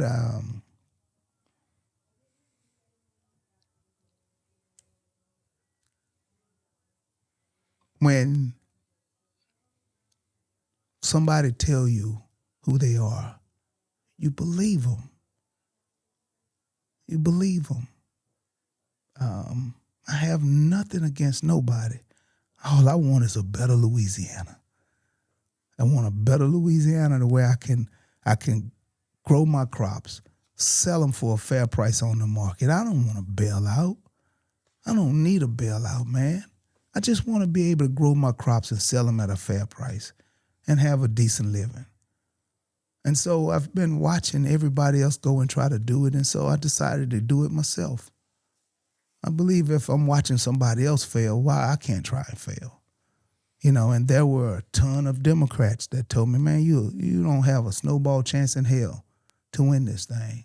So why should we give you our money? We might as well send our money to Georgia, to Ossoff, or to North Carolina, to Roy somebody, I forget his name. But a donor, when I'm making call time, donors have told me that. But I just put my head down and work because I believe in a Louisiana that has to be better than what it is. And I believe in that. And for the people that's doubting me, and now it has turned now to where I'm not just only trying to appeal to the rest of the Democrats that I haven't met or touched. Now I've got to touch what I would call, because I know I don't have a snowball chance in hell of having a MAGA Republican vote for me. They just not. But fair-minded, fair perspective, what I would call GOP Republicans that will look at a man for who he really is and the hell away with what party he is, that know and realize that this guy is genuine in what he's saying, I believe I have a chance of earning their votes. Because some people just believe that a vote for the other side is a vote for what we're continuing to get. Did you grow up running dogs in a hunting camp, John? No. Okay. You grew up waiting tables, didn't you? Yeah. So just outside listening in Yeah. to all of this, that is one thing that you have reminded me of, is just being young. We always had dogs, Right. and we ran them. And nobody, when I was young, I never recall. You don't remember all of it when you're a kid, but being a kid around the campfire, being at the hunting camp, Right. getting everything ready. I never heard any of the old white guys or old black guys in there talking about, you Democrat, you Republican. That's right. They just got in there and just talked. That's it. And they just had Like good men. conversation. And they ultimately at the end, it don't matter if they was black, it don't matter if they was white, it didn't matter. At the end of it, everybody was agreeing and everybody was somewhat on the same page. That's exactly and, right. And it's we used to call them the old heads. The old heads. The old heads. That's right. And that's all the old school guys. That's right. You heard that term before? Old heads? Old heads. Never heard that. I'm not saying you're an old head. You're too young. You're too young to be an old head. But what you're saying, that's what's reminding me of everything that you're about. And again, outside looking in, I think we're at a part. But going back to it, we used to run rabbit dogs. We didn't do deer. Yeah, man, that was the good times. Rabbit hunting, man. Yeah, and I think we're getting back to a spot that people, they care a whole lot more about someone being authentic than what political party they're a part of. Right. On both sides, like I said, you're hardcore Trump loving MAGA fan. That I ain't got a chance with that person. No, you don't. But there's the race that you're running and the things you're talking about. Some of the other crazy left. Right. You may not have a chance with them. No, that's true. What you're not saying that they don't make sense, but I'm talking about either party. What you're saying makes sense. And I like what I'm hearing. Yeah. So I was building to a question. All right. Or you were building to the question that was coming. You obviously appeal to the person who is trying to survive. Right. Basically. Just trying to make ends meet, trying to survive, trying to get to tomorrow. Yeah. I think I fit for a person that's what I would call somewhat middle class. Now, I might not be the guy for the elite. So, but what about your candidacy, or what would your message be to somebody that is financially doing well, that maybe doesn't have or doesn't directly receive some sort of government support or help financially? What's your message to that person about why your candidacy is what's best for Louisiana? Because my candidacy still won't hurt them either. My candidacy don't hurt them because they are the tax bracket that they're in. They said already. Well, I mean, they may be. It's only they may elites. have a flow that works for them right now, right. but those flows can change. It does. You know? It changes, and that's what I think some people are scared of. They want less taxes. Or I say some people. People. Did you say less taxes? Because I mean, we've been running it up, man. I agree. Seems like taxes going up. Where's the money going?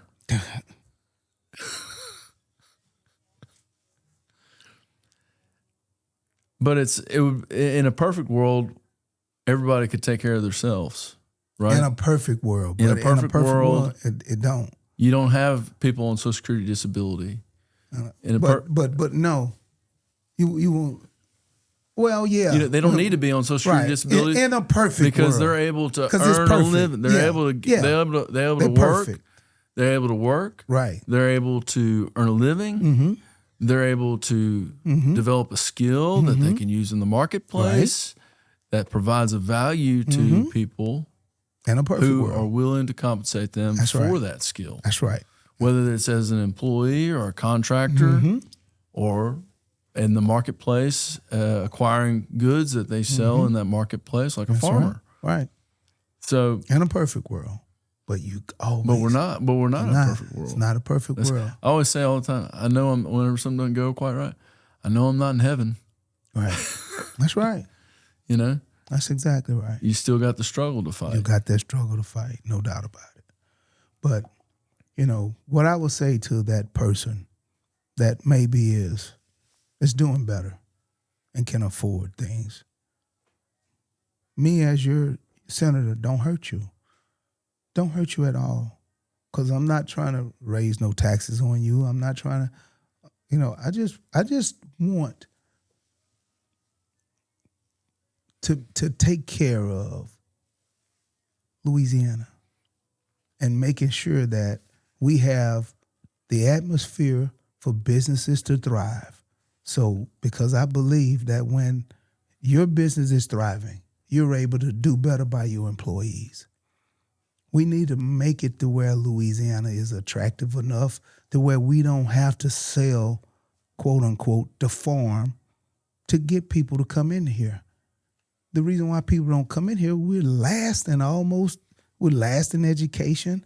We're last in all of the things that we need to be first in order to be attractive to big business. Not so much big businesses, but just for businesses to want to come to Louisiana. And employ our citizens. That's exactly right. Yeah. And give those opportunities or provide those opportunities. That's exactly right. Our crime rate is high. Why? First thing, when some people think about crime, they think about jails. I don't think about jails. When I think about crime, I think whomever committed that crime, something happened in their home that made them have to go out and do something that they more than likely didn't want to do. Rob somebody, steal a car, something to that nature. There was something that was needed at home that I believe that they made a bad decision. But you can't expect people to do better when you're not giving them the opportunities at education. Just like how you said earlier that we both believe that people ought to be able to, especially if you're able-bodied, you ought to be able to go and build a life for yourself. They can't go build a life for themselves if they wasn't ever given that opportunity to strive. When you have a school systems in some of these parishes that are straight failing, and you have a kid that's living in a home where he's stressed because his mom is his dad's not in the house, but his mom is always working, and the only way his mom can do as well as she doing is because she has to work her hands to the bone every opportunity she get. So this young man is out in the streets raising himself. He don't have no after-school program to go. All of those cut. He don't have something to be a part of, constructive. You can't put tons of money in penal systems and not give kids opportunities at after-school programs, all of the things that they need for education. They stripping everything away from education. Jamie Davis believes that the teacher is the most important job in Louisiana. Amen. She have I said she because most of them are women. They basically raise our kids for us while we at our jobs trying to make a living. And they're educating our kids. Now, we have a job to do when they come home to make sure that it's going in the direction that it needs to go. But that teacher, she's struggling, man. I talk to so many teachers that's looking. What does the teacher make? It's according to where the zip code again. Right. But I mean, like on average, what do you think a teacher's making? Pulling down like about 54, 55,000. That's just, a rough average from what I'm seeing. Mm-hmm. Yeah.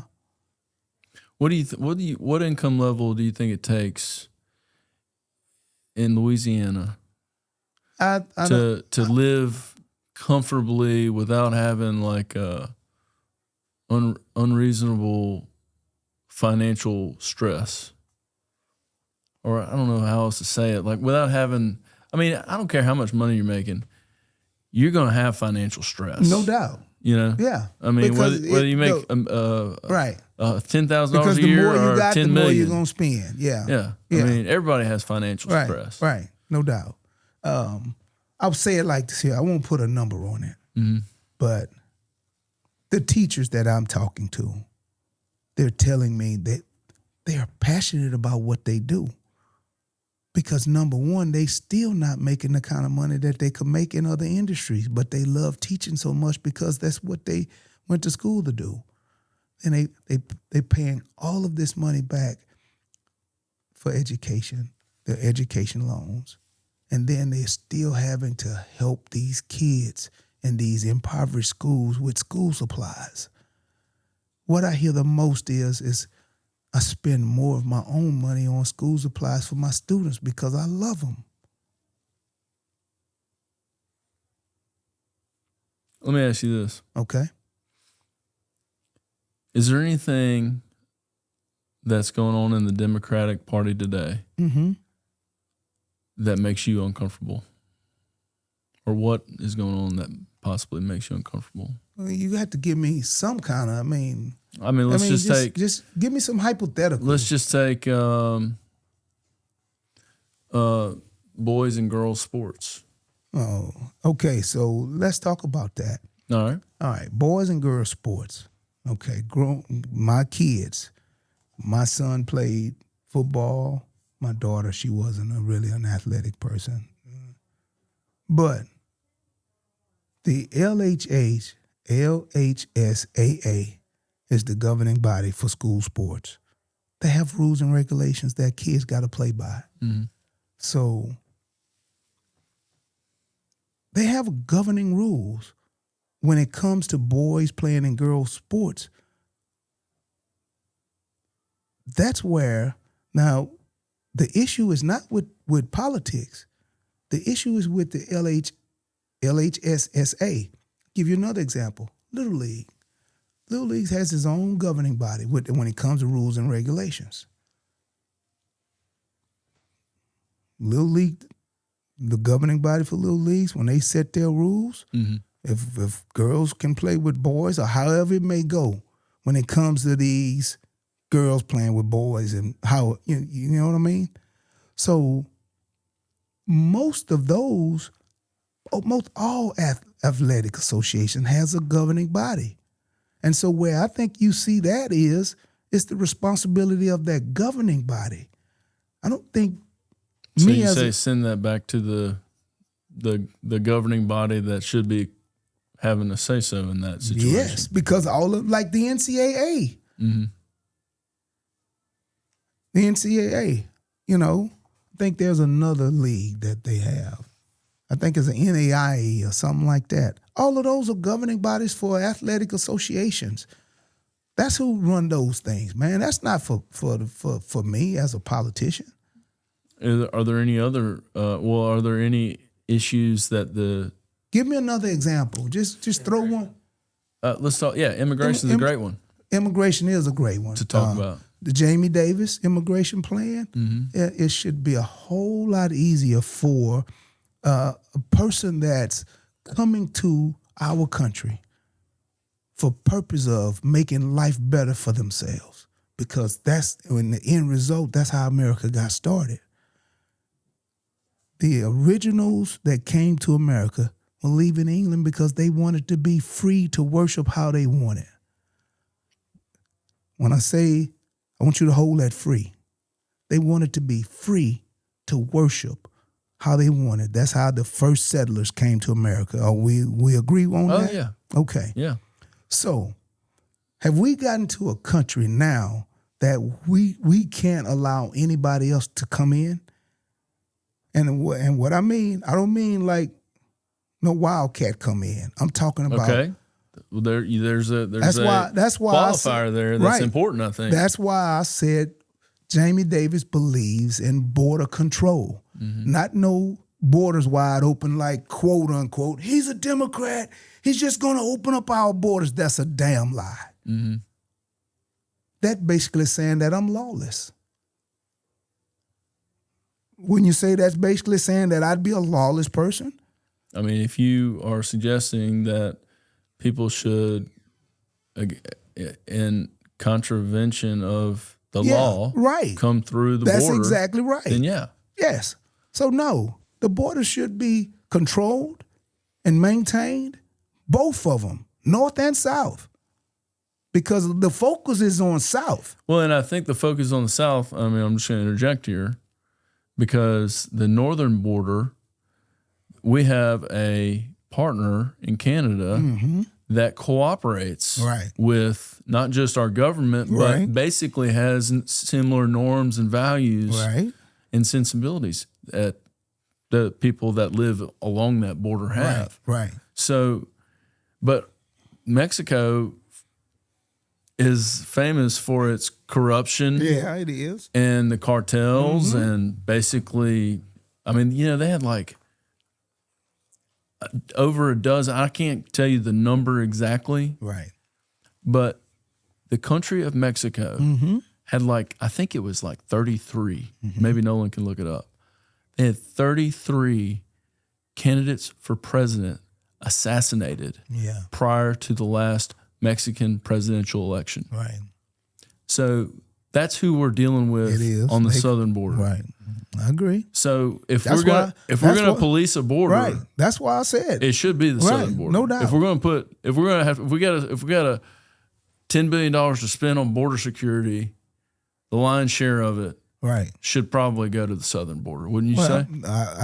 I would say that, but I want both borders secure. I agree with you. I want both borders secure. I don't. That's a fair point. I don't want the borders loose in the north because you have people that want to slip in that's smart enough to know that hey, it's looser up north when if somebody just trying to slip in and they gonna strategically slip in, it's looser up north. We just go up north and come down. Well, you got to get into I think it's tougher to get into Canada It is. than it is It is to get into Mexico. It is. I agree with that. But I want to secure all of the borders, and I want a pathway to citizenship that's not like going past in the bar like you've done already. And I think I tend Would you to say that's fair? my family immigrated from Italy, from Sicily. My family is Sicilian, Right. and after Godfather 3 came out, we all went legit. Okay. But That's but good. I'm just gonna say this. I think people should be able to come here if they have a personal history that demonstrates that they have some bare minimum Right. Yeah. So when it comes behavioral to with the law, when it yes. comes to the law, right? Yeah. and that they obey the law, that they That's agreed. that they are that they don't have a violent history, Right. I could go along with that that. they aren't extremely ill Right. or extremely mentally ill, Right. and But I think all of those things you're saying is part of the law right now. You have to show those things somewhat. yeah, and I Yeah. think you should. But, I think you should yeah. have to. I agree, but I don't think the process should take years and years and years. Like I don't think, for example, well, I don't know. Let's make up a fake country, Mm-hmm. the country of whatever. Let's say Greenland. Okay. Okay. Right. Let's say that Greenland's got a population of 5,000 people that are require round the clock medical care and health care. We can't take that. I don't think we should. Right. You know? Well, now wait a minute. That's for But hold Greenland. on. That's But wait for a minute. Greenland. Wait a minute. Whoa. I just thought about what we said here. We can't do that. And let me explain why we can't do that. Because America may have the doctors that can cure whatever it is that they have. And they don't have that in Greenland. So we got to think about that. Because a person's life is valuable regardless of what country that they're in. And I believe that they should have the ability to come here for that care that they need if it's only America that they can get that care from. So Okay. I'll take back what I said, agreeing with you on that. Okay. Yeah.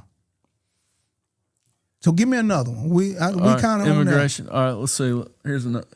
While you're thinking about that, 37 in the last Mexico presidential Right. election. Yeah. Up 37 Yeah. people Up to the murdered, like shot dead publicly.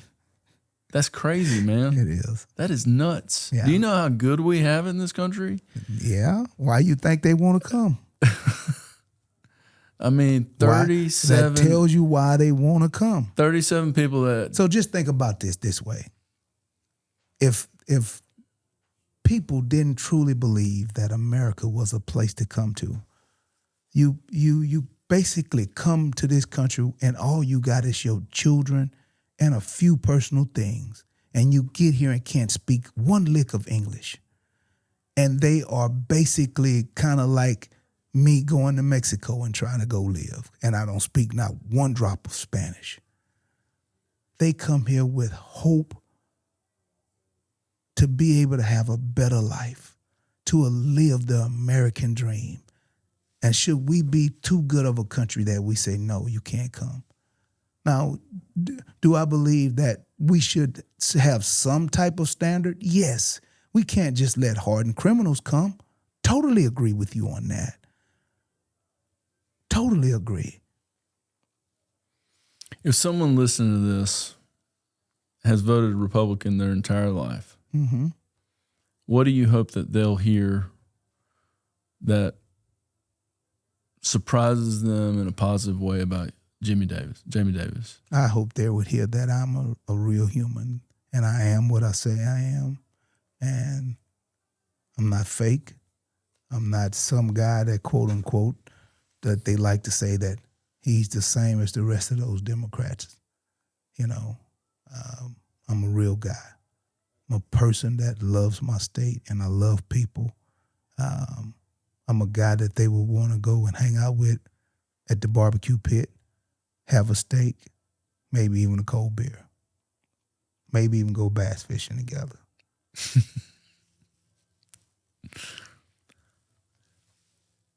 What's the hardest job you ever had?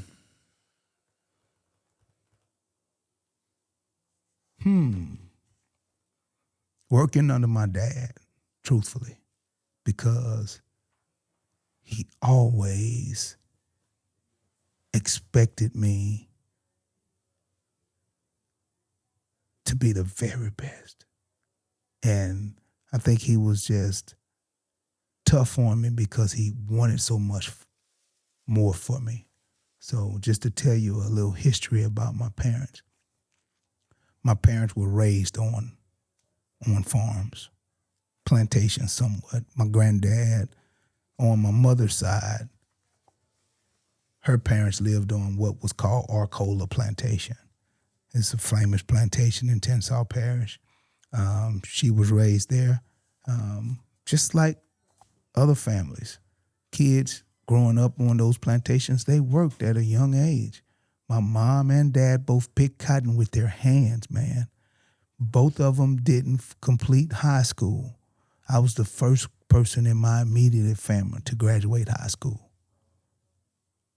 So he had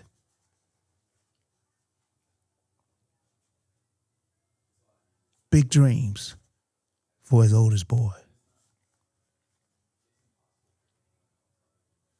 It sounds like he sacrificed a lot for you. A lot. Proud to say it. When I went off to LSU to college, I didn't just go down. I went to LSU with a brand new 1988 Silverado pickup truck. And my dad drove a 1984 F-150. The sacrifice. When I leave home on Monday morning, I had a few dollars in my pocket. Not rich, but I had enough money to where I left home with a full tank of gas. And he told me, he said, if you do what you need to do, this truck get a good enough gas mileage that you ought to get to Baton Rouge. And if you want to come home on Friday, you ought to have enough gas by Friday. If you don't just ride it all up, riding around campus, that you can get home. And I had a few dollars that I could eat if the meal ticket was, they just served something that was horrible. And he gave that to you. Yes, sir. Yes, sir. He made me who I am. That's an incredible story. Yeah. Well, yeah. I'm talking about a man with an 8th grade education that before he left this earth, like I'm saying, he owned all of that land himself. Now, since he's passed away, I have added myself right at 200 acres that I've bought myself personally.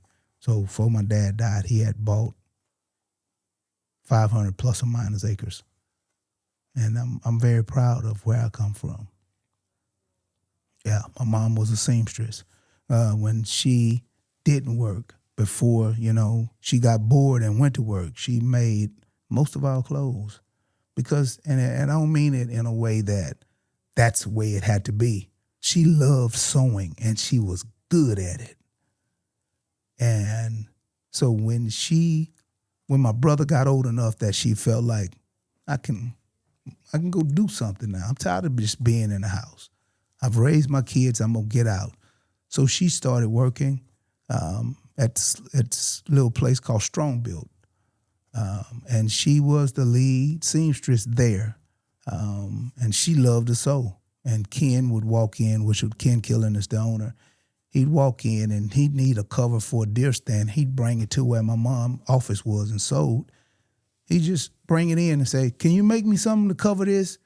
She'd get her tape and do what she do, come back, and she made it. Wow. She could do something with a sewing machine.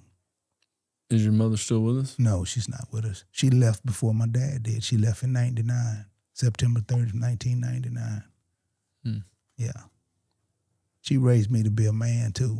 Before she left me, I know how to cook for myself. I know how to wash my own clothes. I know how to iron. So she raised me right. And then my dad was solidified because I never wanted to hear those words. If you make me tell your daddy, you know what's going to happen. Yeah. Yeah. Yeah. Wow. Just the American dream, man. It is just the American dream. Yeah. American dream. To be that guy, the farmer from Tensas, to represent the state of Louisiana.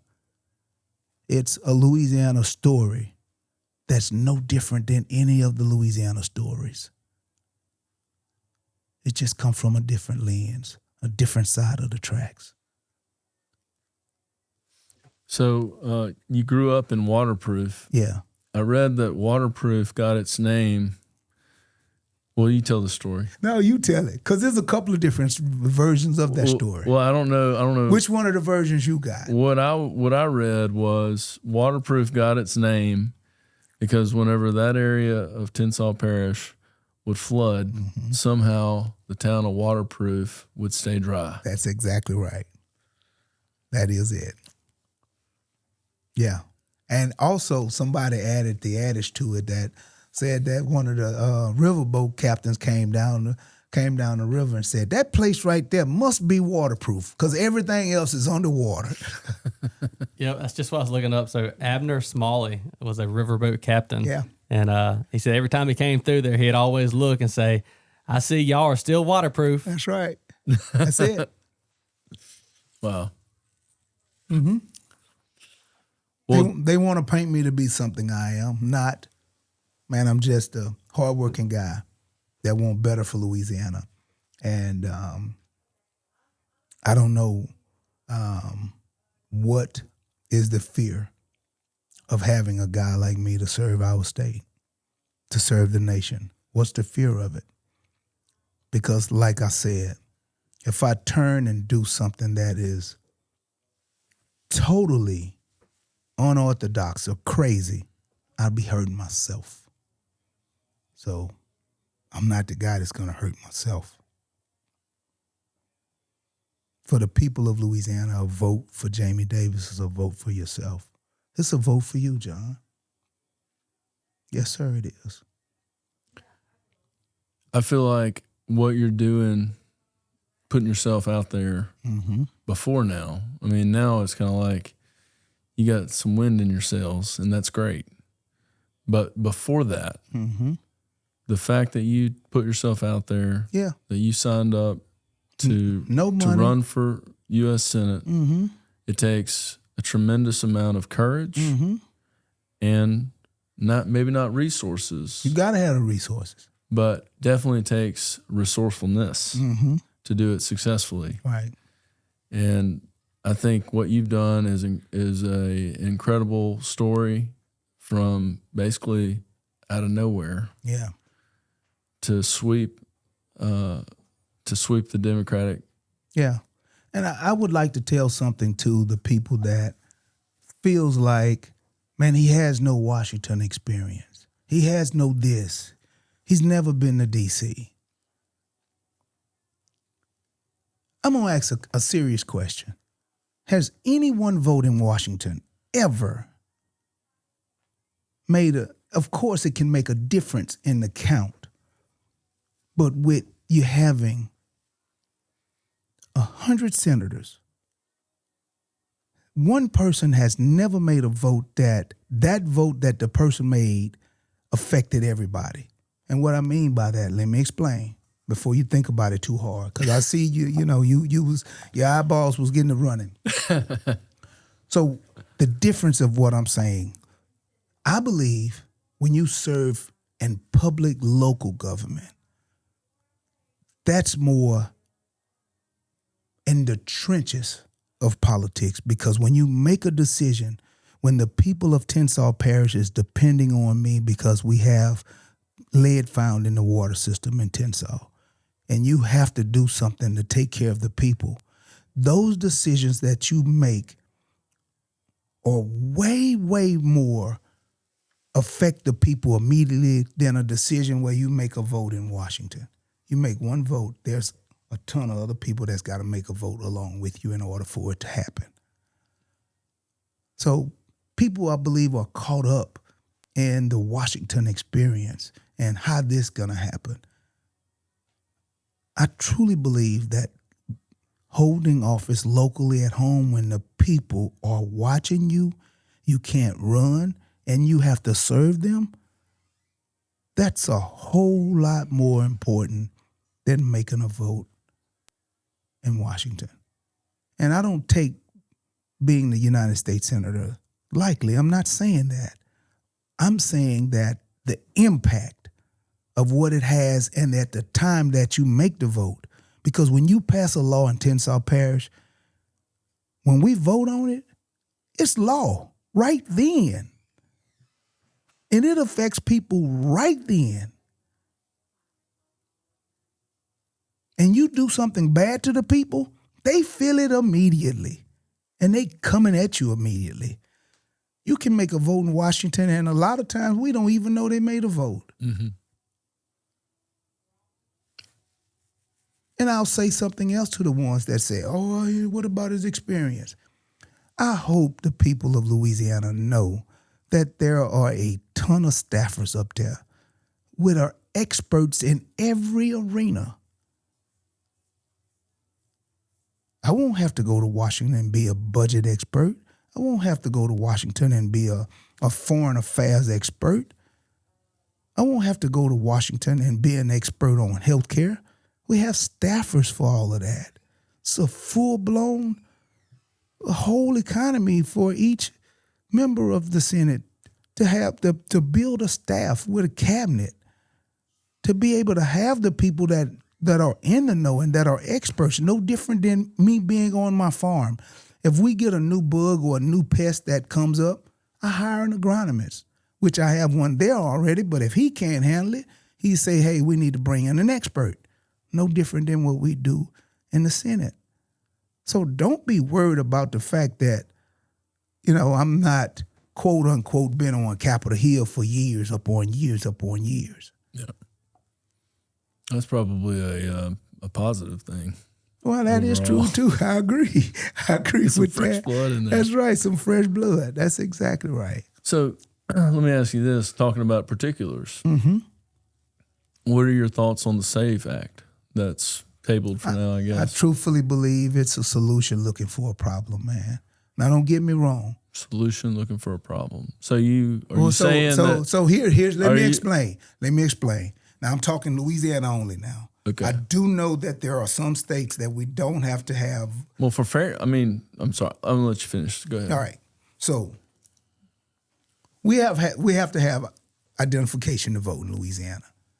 You have to have identification. Now, I do know, I think California is one of the ones that you don't have to have identification. So I believe that something that is simple as if you have to have a driver's license or a state issued ID to go in and buy some cold beer or to go buy a gun, if that's good, you can use an ID to go get some cold beer or a fifth of Crown, and you can use that same ID to go buy a gun. Why in the hell that same ID ain't good enough to vote?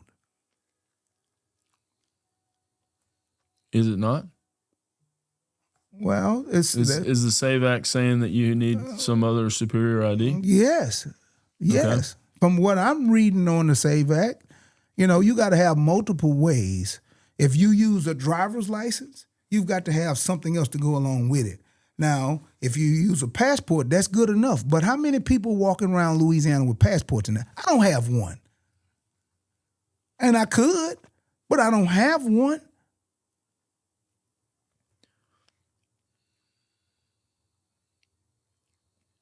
I think Nolan's looking up what it requires. So if the Save America Act became law, in most cases, a standard driver's license issued by the Louisiana government itself would not be enough to register to vote in federal elections. That's because a regular driver's license generally proves identity, not U.S. citizenship. Mm-hmm.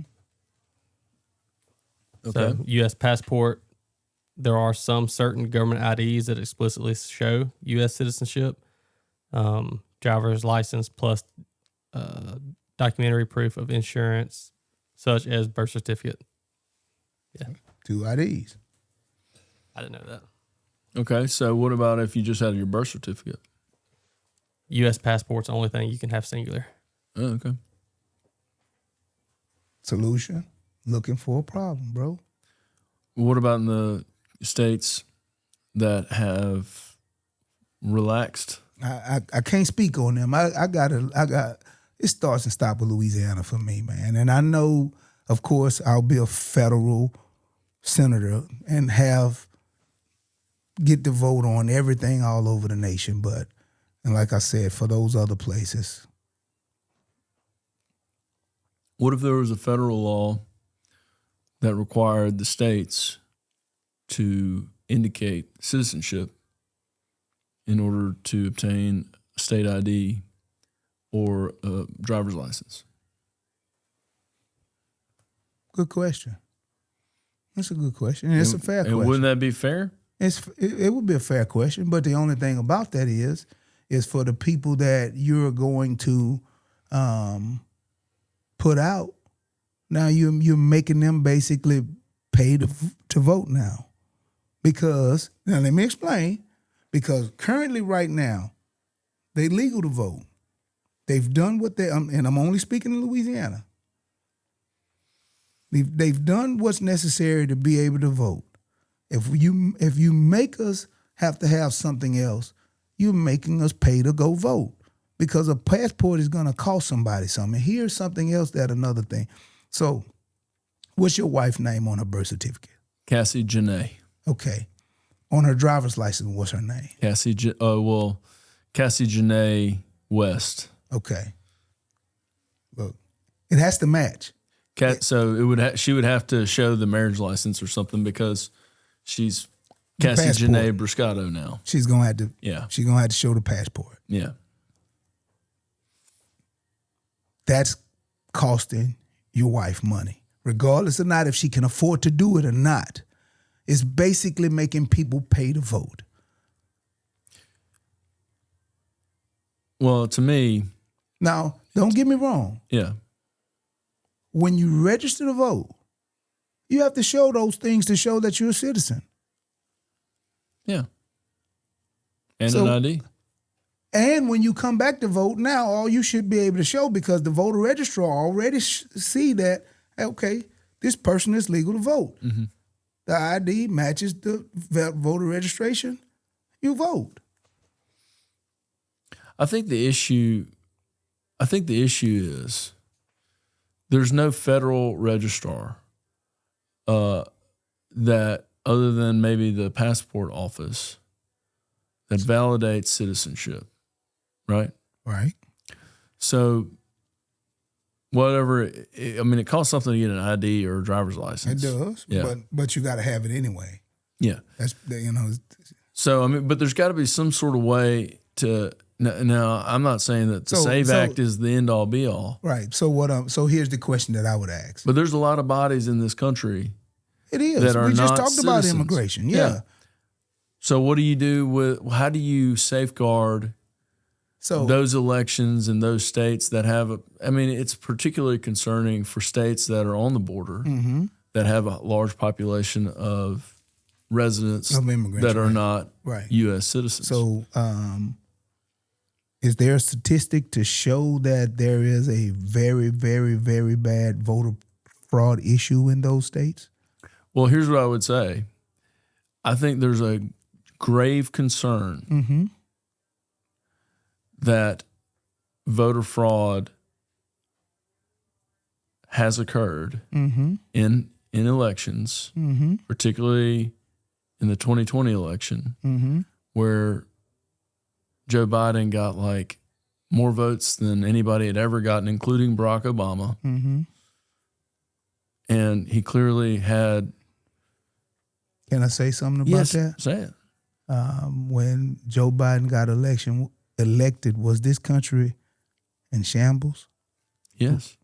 We were in the COVID. We were in the COVID lockdown time. Could it be the reason why Joe Biden got those votes would be the same reason why Jamie Davis got as many votes as he got? Because Louisiana is in shambles right now, and the people just turned out and they voted like their lives was on the line. Could that be the reason? What Because if nobody has shown the proof. If nobody have shown the proof where I haven't seen it. I can't show you a document that establishes that voter fraud occurred. Right. But it is a bit suspicious. Of course, there's a lot. The number of votes that Joe Biden got in 2020, versus what Barack Obama got, in 2012. When you just look at the difference between what Barack Obama got and Joe Biden got, or go back to Clinton. And look at the percentage population that voted for Clinton versus the percentage population that voted for Joe Biden. Joe Biden, you can't sit here and tell me, all else equal, that Joe Biden is more popular than Clinton. I just will never believe that. I agree. Ever. I agree. But I will say this here. If Jamie Davis would have ran against President Trump then, I would have beat him. Because I'm not saying that Trump is a bad guy. I'm just saying that at the times we were living in, the country was hurting. That COVID stuff, man. That's what I'm saying. Dude, COVID was horrible. Ooh. I mean, what in the world? Yes. And I mean, we're all being locked in our homes, and I mean, you were talking about freedom. That's not freedom. No, it wasn't. And then you had all these companies with the vaccines trying to cram that down our throat. And then you go to the courthouse and you got to wear a mask. Right. That's not freedom. No, it's not. It's not. That's not the American dream. No, it's not. It's not. I don't want to take an injection because somebody says that I need to take an injection to make everybody else healthy. I agree. But nobody made you though. There were mandates, and there were requirements. Well, there was. In order to travel in certain places, you had to show a card. Yeah. And so now everybody's in the business of fraudulent vaccine cards. You know? You remember that? I do. You had to get a freaking card that said whether or not you had a vaccine. Right. I went to a conference in New Orleans in 2021, and they asked for my vaccine record. I lost my mind. Yeah. I said, "You got to be kidding!" It was a conference for the American Association for Justice, and they're asking me for my vaccine card. I said, "Get the hell out of here! That's not American justice. You want to see my vaccine card? What the hell? Walk away. You can't come in here unless you have a vaccine card. Walk away. So I can't get my continuing education hours because I don't want to take a vaccine. I'd rather get the disease and fight it off, and with my own and have natural immunity. I want because if you'll learn the more we talk, because I'm having fun, I really am. I'd like to do this again. We will. Yeah. You'll learn that I'm the guy that always try to find a positive out of that. But man, I really would like to drive 80 and 90 wherever I'm going. but I still have to drive by the speed limit. So somebody passed a law, whether it was popular or not popular, that a vaccine was the law. So we kind of got to live by the law. Whether I agree with it or not, just like I don't agree with folks want to put me in that Democratic box. It's kind of the cards that we dealt. Some of the things we have to. So would you say it's fair to say you're a Democrat because... You keep saying that. You almost believe I'm not a Democrat because you keep asking that. No, I think... keep asking that question. I think you're a Democrat because you're like a Catholic Democrat, okay? Okay. You got baptized when you were an infant, okay? You didn't choose Catholicism. Your daddy chose it for you. You became a Democrat because your daddy told you so. Now, the interesting thing is most Republicans... If you talk to a Republican about all of these things that we've talked about today, would agree with like 99% of everything you've said today.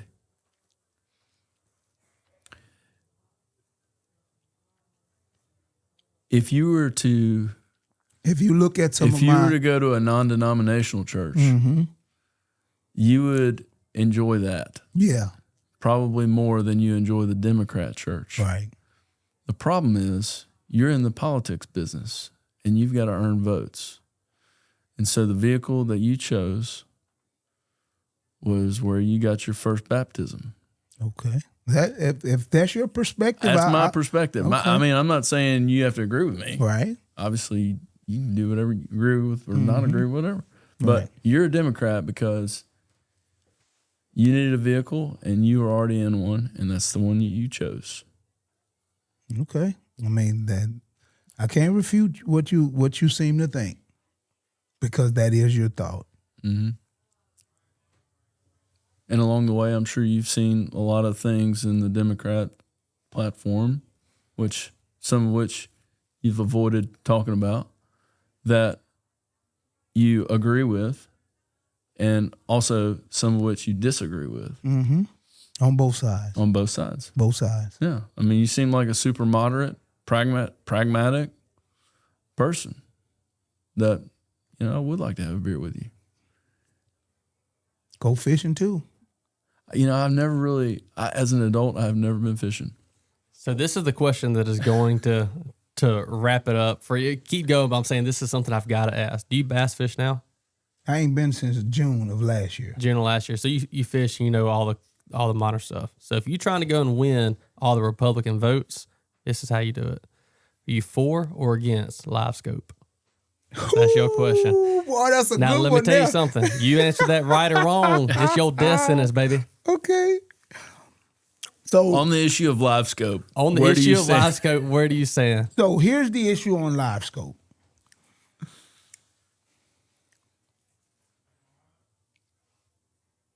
Live scope is transformational. It is. It really is. I like doing it, even though I'm not good at it yet, because I'm always either farming or doing this. But when you playing with that video game and you could throw that little worm out there and you see the fish on the screen, and you shake your minnow in front of that fish, the one thing about live scope, the fish got to play. If the fish don't play, you don't catch him.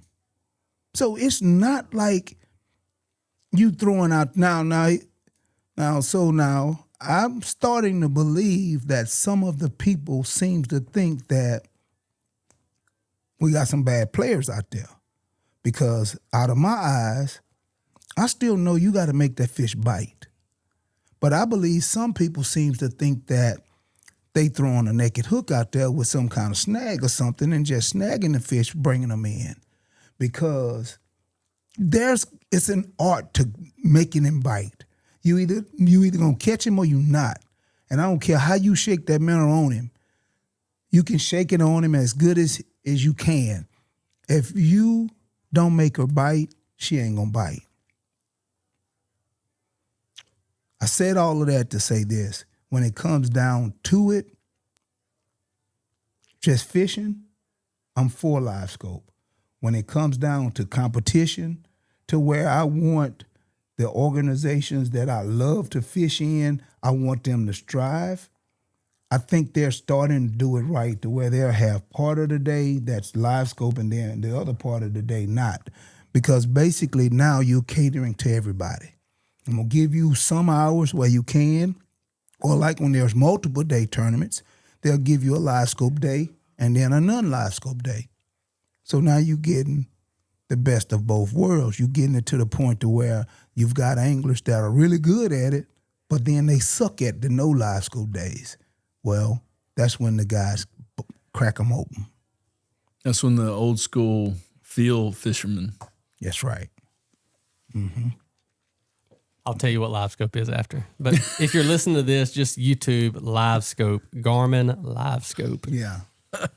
That's like where you get the video. You see video of the fish coming up to your bait. Huh? Right. Yeah. He's right, though. You still got to catch them. You got to catch them, dude. But ain't nothing more pleasing than seeing what I call roaches and armadillos. Now, for you haven't seen it yet, so you got to. He'll show you a video. I've been trying to take him for a while. So we look, got to go. So the reason why I say the roaches, because like fish that live on the bottom, you'll see them swimming on the bottom. And a small one will look like a roach on the floor, but a big one will look like an armadillo on the floor. When you see that armadillo, man, your eyes get big, you throw at him and you're gonna sure enough shake that mantle at him. Yeah. What's your favorite fish to eat? Crappie, white perch, sac-a-lait.